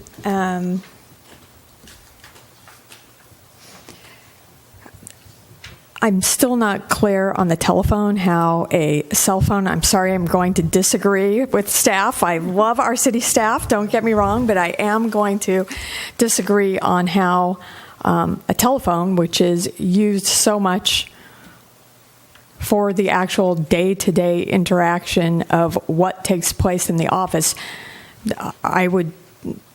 if we got down to the nitty-gritty and counted how many phone calls came through on the landline, which likely are very few, versus the business cell phone that that our tourism director uses, I would say that it might be more beneficial for the city to cut the hard line and keep the cell line and have that be part of the general fund office expense. I know we have a disagreement on that. I'm just saying I feel pretty strongly that the cell phone should be included in accordance with the resolution 0316. When we adopted the budget, we went through, as you know, there's been transition in staffing, so neither the city manager, myself, or several of us were not here when the resolution was drafted, and it is a little vague as to what is accounted for. So we did look at it as well, the building utility cost versus an employee's individual cost. Employees have a choice of getting a stipend or having a separate work phone outside. Instead of getting the stipend, they have their own. I'm not necessarily disagreeing one way or the other. We tried to interpret the resolution. We can certainly go back and reread it and revisit it and come back to the board again. Okay. I would not recommend getting rid of the landline because it does also service the 2 part-time staff members, and we have a lot of incoming calls for potential guests or events. Sure. Yep. And just for the public, really quick, one of the questions that I had was how the bid, which is, or how the tourism office, which has only been in existence about 2 years, how it's being, having a line allocation for PERS unfunded accrued liability from employees that it's never had. In other words, these are past employees who have retired or employees who are in a retirement pool who have worked for the city for a number of years. And I'm not, I question that in terms of how, $15,000 would be pulled from our budget when we weren't even a city department up until about 2 years ago. It's a big number. $15,000 is a lot of hashtags. So I'm uncomfortable with that number, and I understand the description of what Ms. Calloway provided, and maybe she can, now that I brought it up, provide that for the public, because I think it's good balance, But I just think that that's a big number, and if that's going to inflate, which it likely will because CalPERS is going to inflate, I think it's something that this board ought to discuss, having a real in-depth conversation about. It just feels wonky to me. I don't know if it does to you guys, but let's hear what Ms. Calloway has to say. And I'm not trying to put you in the hot seat. I'm trying to get the information out there. Yeah, that's completely fine. Let me explain a little bit about PERS. So you probably already know that PERS is our retirement system. Not all, but the majority of municipalities in the state belong to PERS. Once you are in PERS, it's virtually cost prohibitive to get out of it. Some cities have, but it's extremely expensive. Back when the economy crashed, PERS lost a significant amount in their investments. They had invested in things like property in Nevada and those kind of things that really crashed when the market crashed. So as a result of that, they've assigned every member agency an unfunded accrued liability to help make up for those losses.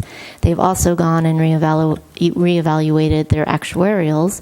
They've changed their discount rate, which is essentially their interest earnings rate. They've lowered that, which is another factor that contributes to our increased costs. So for each employee in the city, we pay what is called the normal cost. And that's kind of the normal cost if they meet all of their assumptions for the actuary. Their interest rates come in at the 7 point, it's now down to 2.5%. The mortality rate remains what they assume it's going to be. All these various factors that are in there, the cost to meet those obligations. The second piece that we pay as a percentage of payroll for each employee is the unfunded accrued liability, and that's that assessment based on what they lost during the market turn back in 2008-ish. So we get a number. It used to, when they first came out with the UALs, that's what we call that, it was as a percentage of payroll, just like the normal cost. Now they give us a number, and we go through and allocate that as a percentage of payroll. We pay that up front in July this year, and it saved us about $50,000 for the city by doing so, because you're not paying interest now on that UAL throughout the whole year.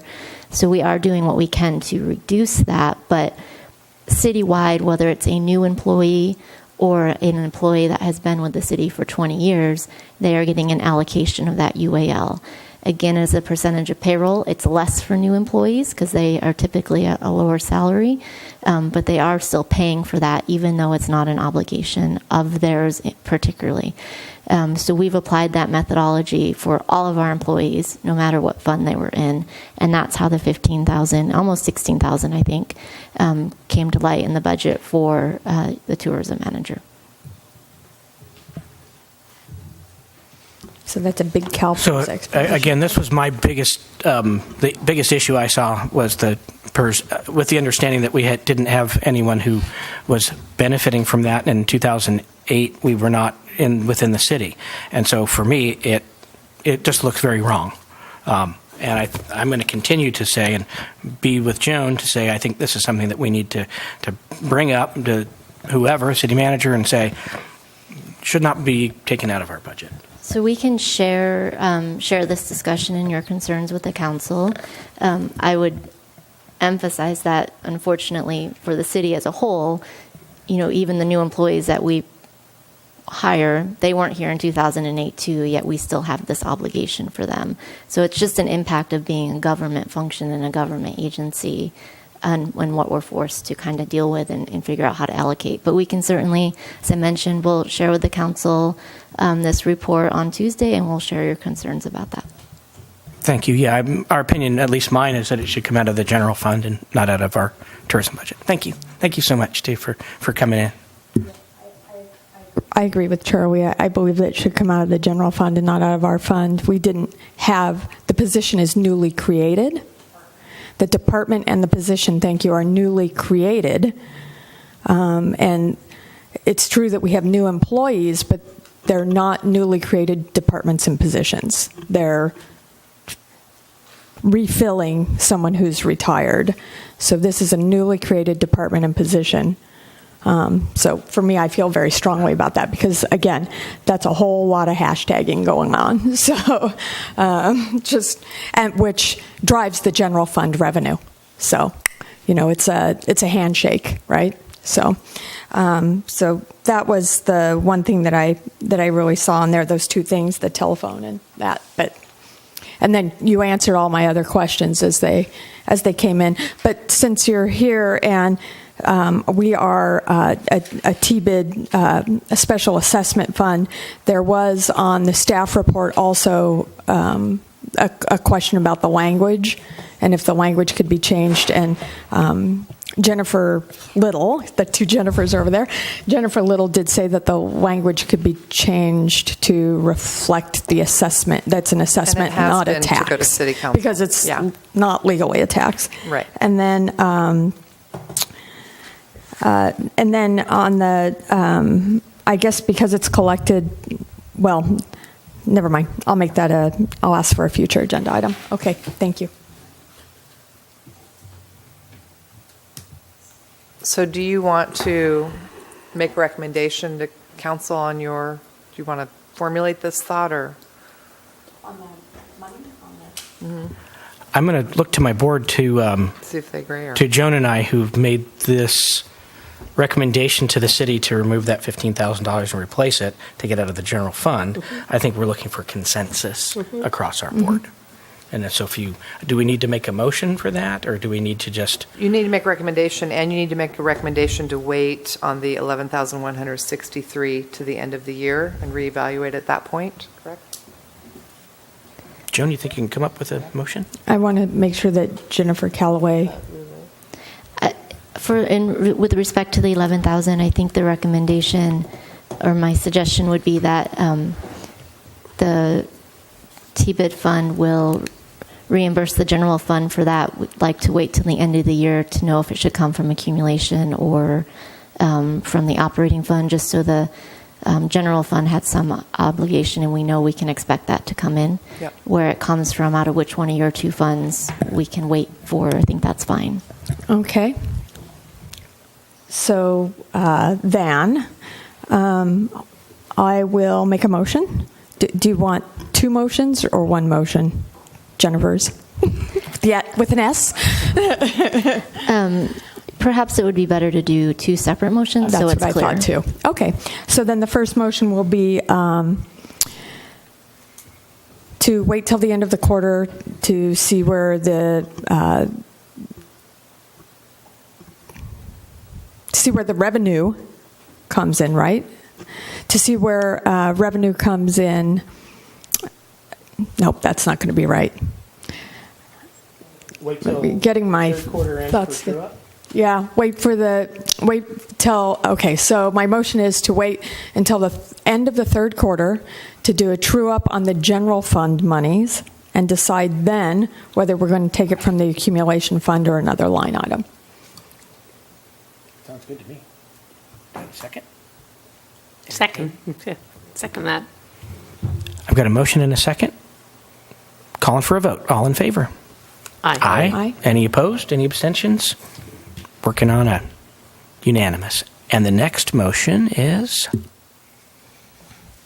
Our board would like to ask the city council to reconsider line item number 4912 on the mid-year budget for the bid of $15,827 because we're a newly developed department and did not have any staffing that would have caused this line item back in 2008.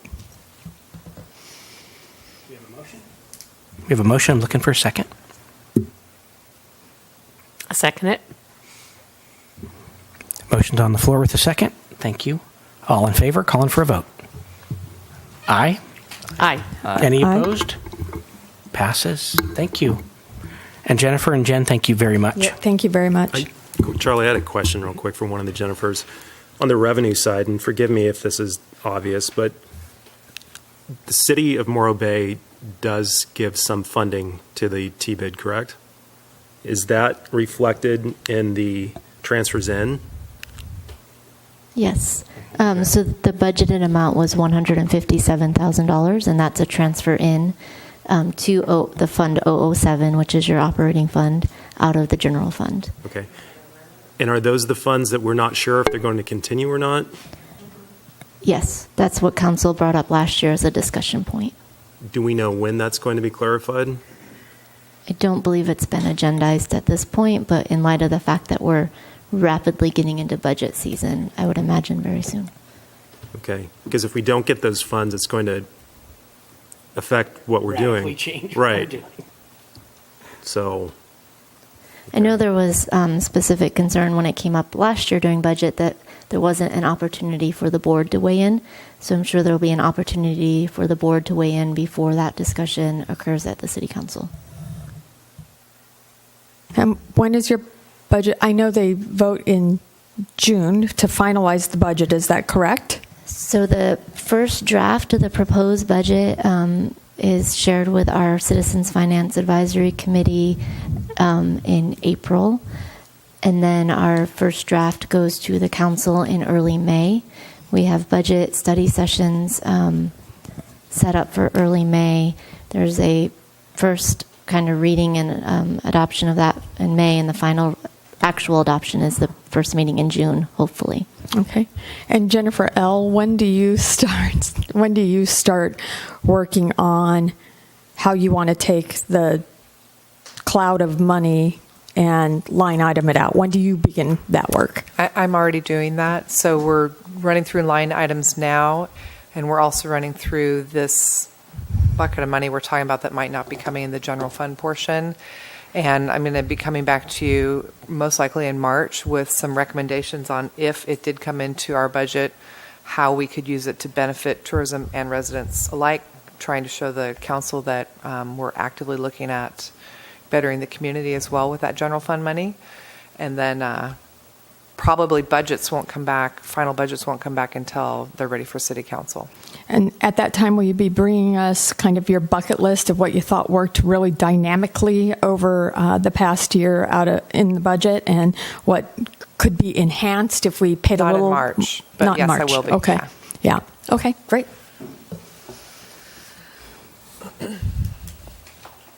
Anything further on that subject? Jen and Jen? Nope. I have a new board member who would like to recall this. Sorry, I was really shy earlier, but Is there a way we can do 5? I know Yeah. you said yes. I like that one. But So we've got do some 5? strong feelings about this rock. I know. So let me just pull it So back if up. that's okay, Yes. that we could possibly just revisit that for just a quick moment and say, it's okay to do 5 instead of 4. We can. I just want to tell you how many people voted on it really quick. So we I had was going to say we better hurry. Isaac, I had you on here. Huh? I had Amish, Isaac, and Joan as the 3 on there. Oh, But we cut them down to 4, that's why. can we have 5 and include that one? I just really like that one. It's just an issue of cost, so I'll just have to look at the total budget. Because when you print more covers, it's more stitching. It's just an issue of cost. Would you be able just to get back to the board on that? Sure. Email us and let us know. That'd be great. Yeah. So it's just gorgeous. Thank you, guys. If not, it will be used other places. It's not like these photos are not, they're not going away. We've purchased Now, do we them. have any future agenda items that we'd like to see, board? Now, this is something that, for new board members, that you can bring things to us and ask that they be brought to this board. And if we agree, we put them on the agenda. And if we can't get to them, we'll put them on the following month's agenda. So, and you have to have a board majority have to agree have a on board on the majority item. that would like to see it. But I really, it's one of the best things about here. You can say, I got an idea, I want to put this on the agenda, and we say yes or no, and we go forward with it. So, I have an idea and I want to put it on the agenda. I thought I'd follow your cue. It's regarding the TOT reports. There's 2 reports that are generated, this one that the city generates, and I'd like to have a future agenda item to see if we could ask the city to bring down the occupancy rate and to bring down the motel rooms in an average so that we have a running average of those. Those are 2 line items that are missing on here that are pretty glaring. And that also could be, I mean, this is probably a spreadsheet. I'm not sure whether this is done in like a... What are the 2 items you want, Joan? The occupancy rate and the motel room numbers to be dropped down to the bottom. Total, a total average running on the month for the year. It just helps when you're reading it across, understand what's going on a little bit better. And then I wanted to discuss this one that we generate as an office. Is that right? We generate this as the office. And discuss whether we want to have a comparison of the Jackrabbit to last year, because these numbers just kind of show us a number, but they don't show us how we're doing, how we're trending. So some of... Yeah, and some of the trending numbers, maybe just discuss this form since we have almost a new board to see what else we might want on here, like maybe some of the mobile data or maybe some of the hashtag stuff so we understand how our marketing is working. So I'd like to kind of discuss this one if you guys want to. Yes. So do we need to, I don't think we need to make a motion. Can we just do like a thumbs up, and I'd like to see both of those on the agenda myself. I think we have a consensus. Our favorite topic of vacation rentals and RV parks, was that ever? I was going to say, where is it? I'd hear that again. Yeah. All in favor of putting vacation rentals and RV parks back on the agenda for assessment? I would like to get consensus on putting vacation rentals and RV parks assessment on the agenda for next time. For next month? For our next meeting. For the next meeting or for the next year? I would just like to continue to see it on the agenda so that it doesn't drop off like it has, because it's gone nowhere. Is it going to be, let me ask you, Jennifer, is that going to be part of the discussion when we bring back the assessment for approval this year? So it should be done out in advance of that, right? So it came to TBID last year, and the board did not make a decision, so it does not come back to TBID because there wasn't a motion to move it forward or continue it or anything. There was a no motion. So it doesn't come back here unless you start a new conversation about topic. it. And is this Otherwise, it'll just go straight to City Council now. Is this the way to start to generate it, to add it as a future agenda item? Probably. Okay. But I know it's slated for City Council to also discuss as well. And that's part of when my recollection and remembrance is that as a board, we decided not to make the recommendation anyway because we couldn't come to a consensus. And so it was contentious on our board, and we decided to let the City Council take it on as their own. My understanding at that point was that the City Council was with us in pushing for that assessment. However, it has taken a long, long time. So I can't discuss it right now, but we'll put it on the future agenda. Anything else? Not seeing any. I would just like to thank you all for your attendance and being part of this great dynamic group. And thank you, Morro Bay. Have a great weekend. Meeting's adjourned.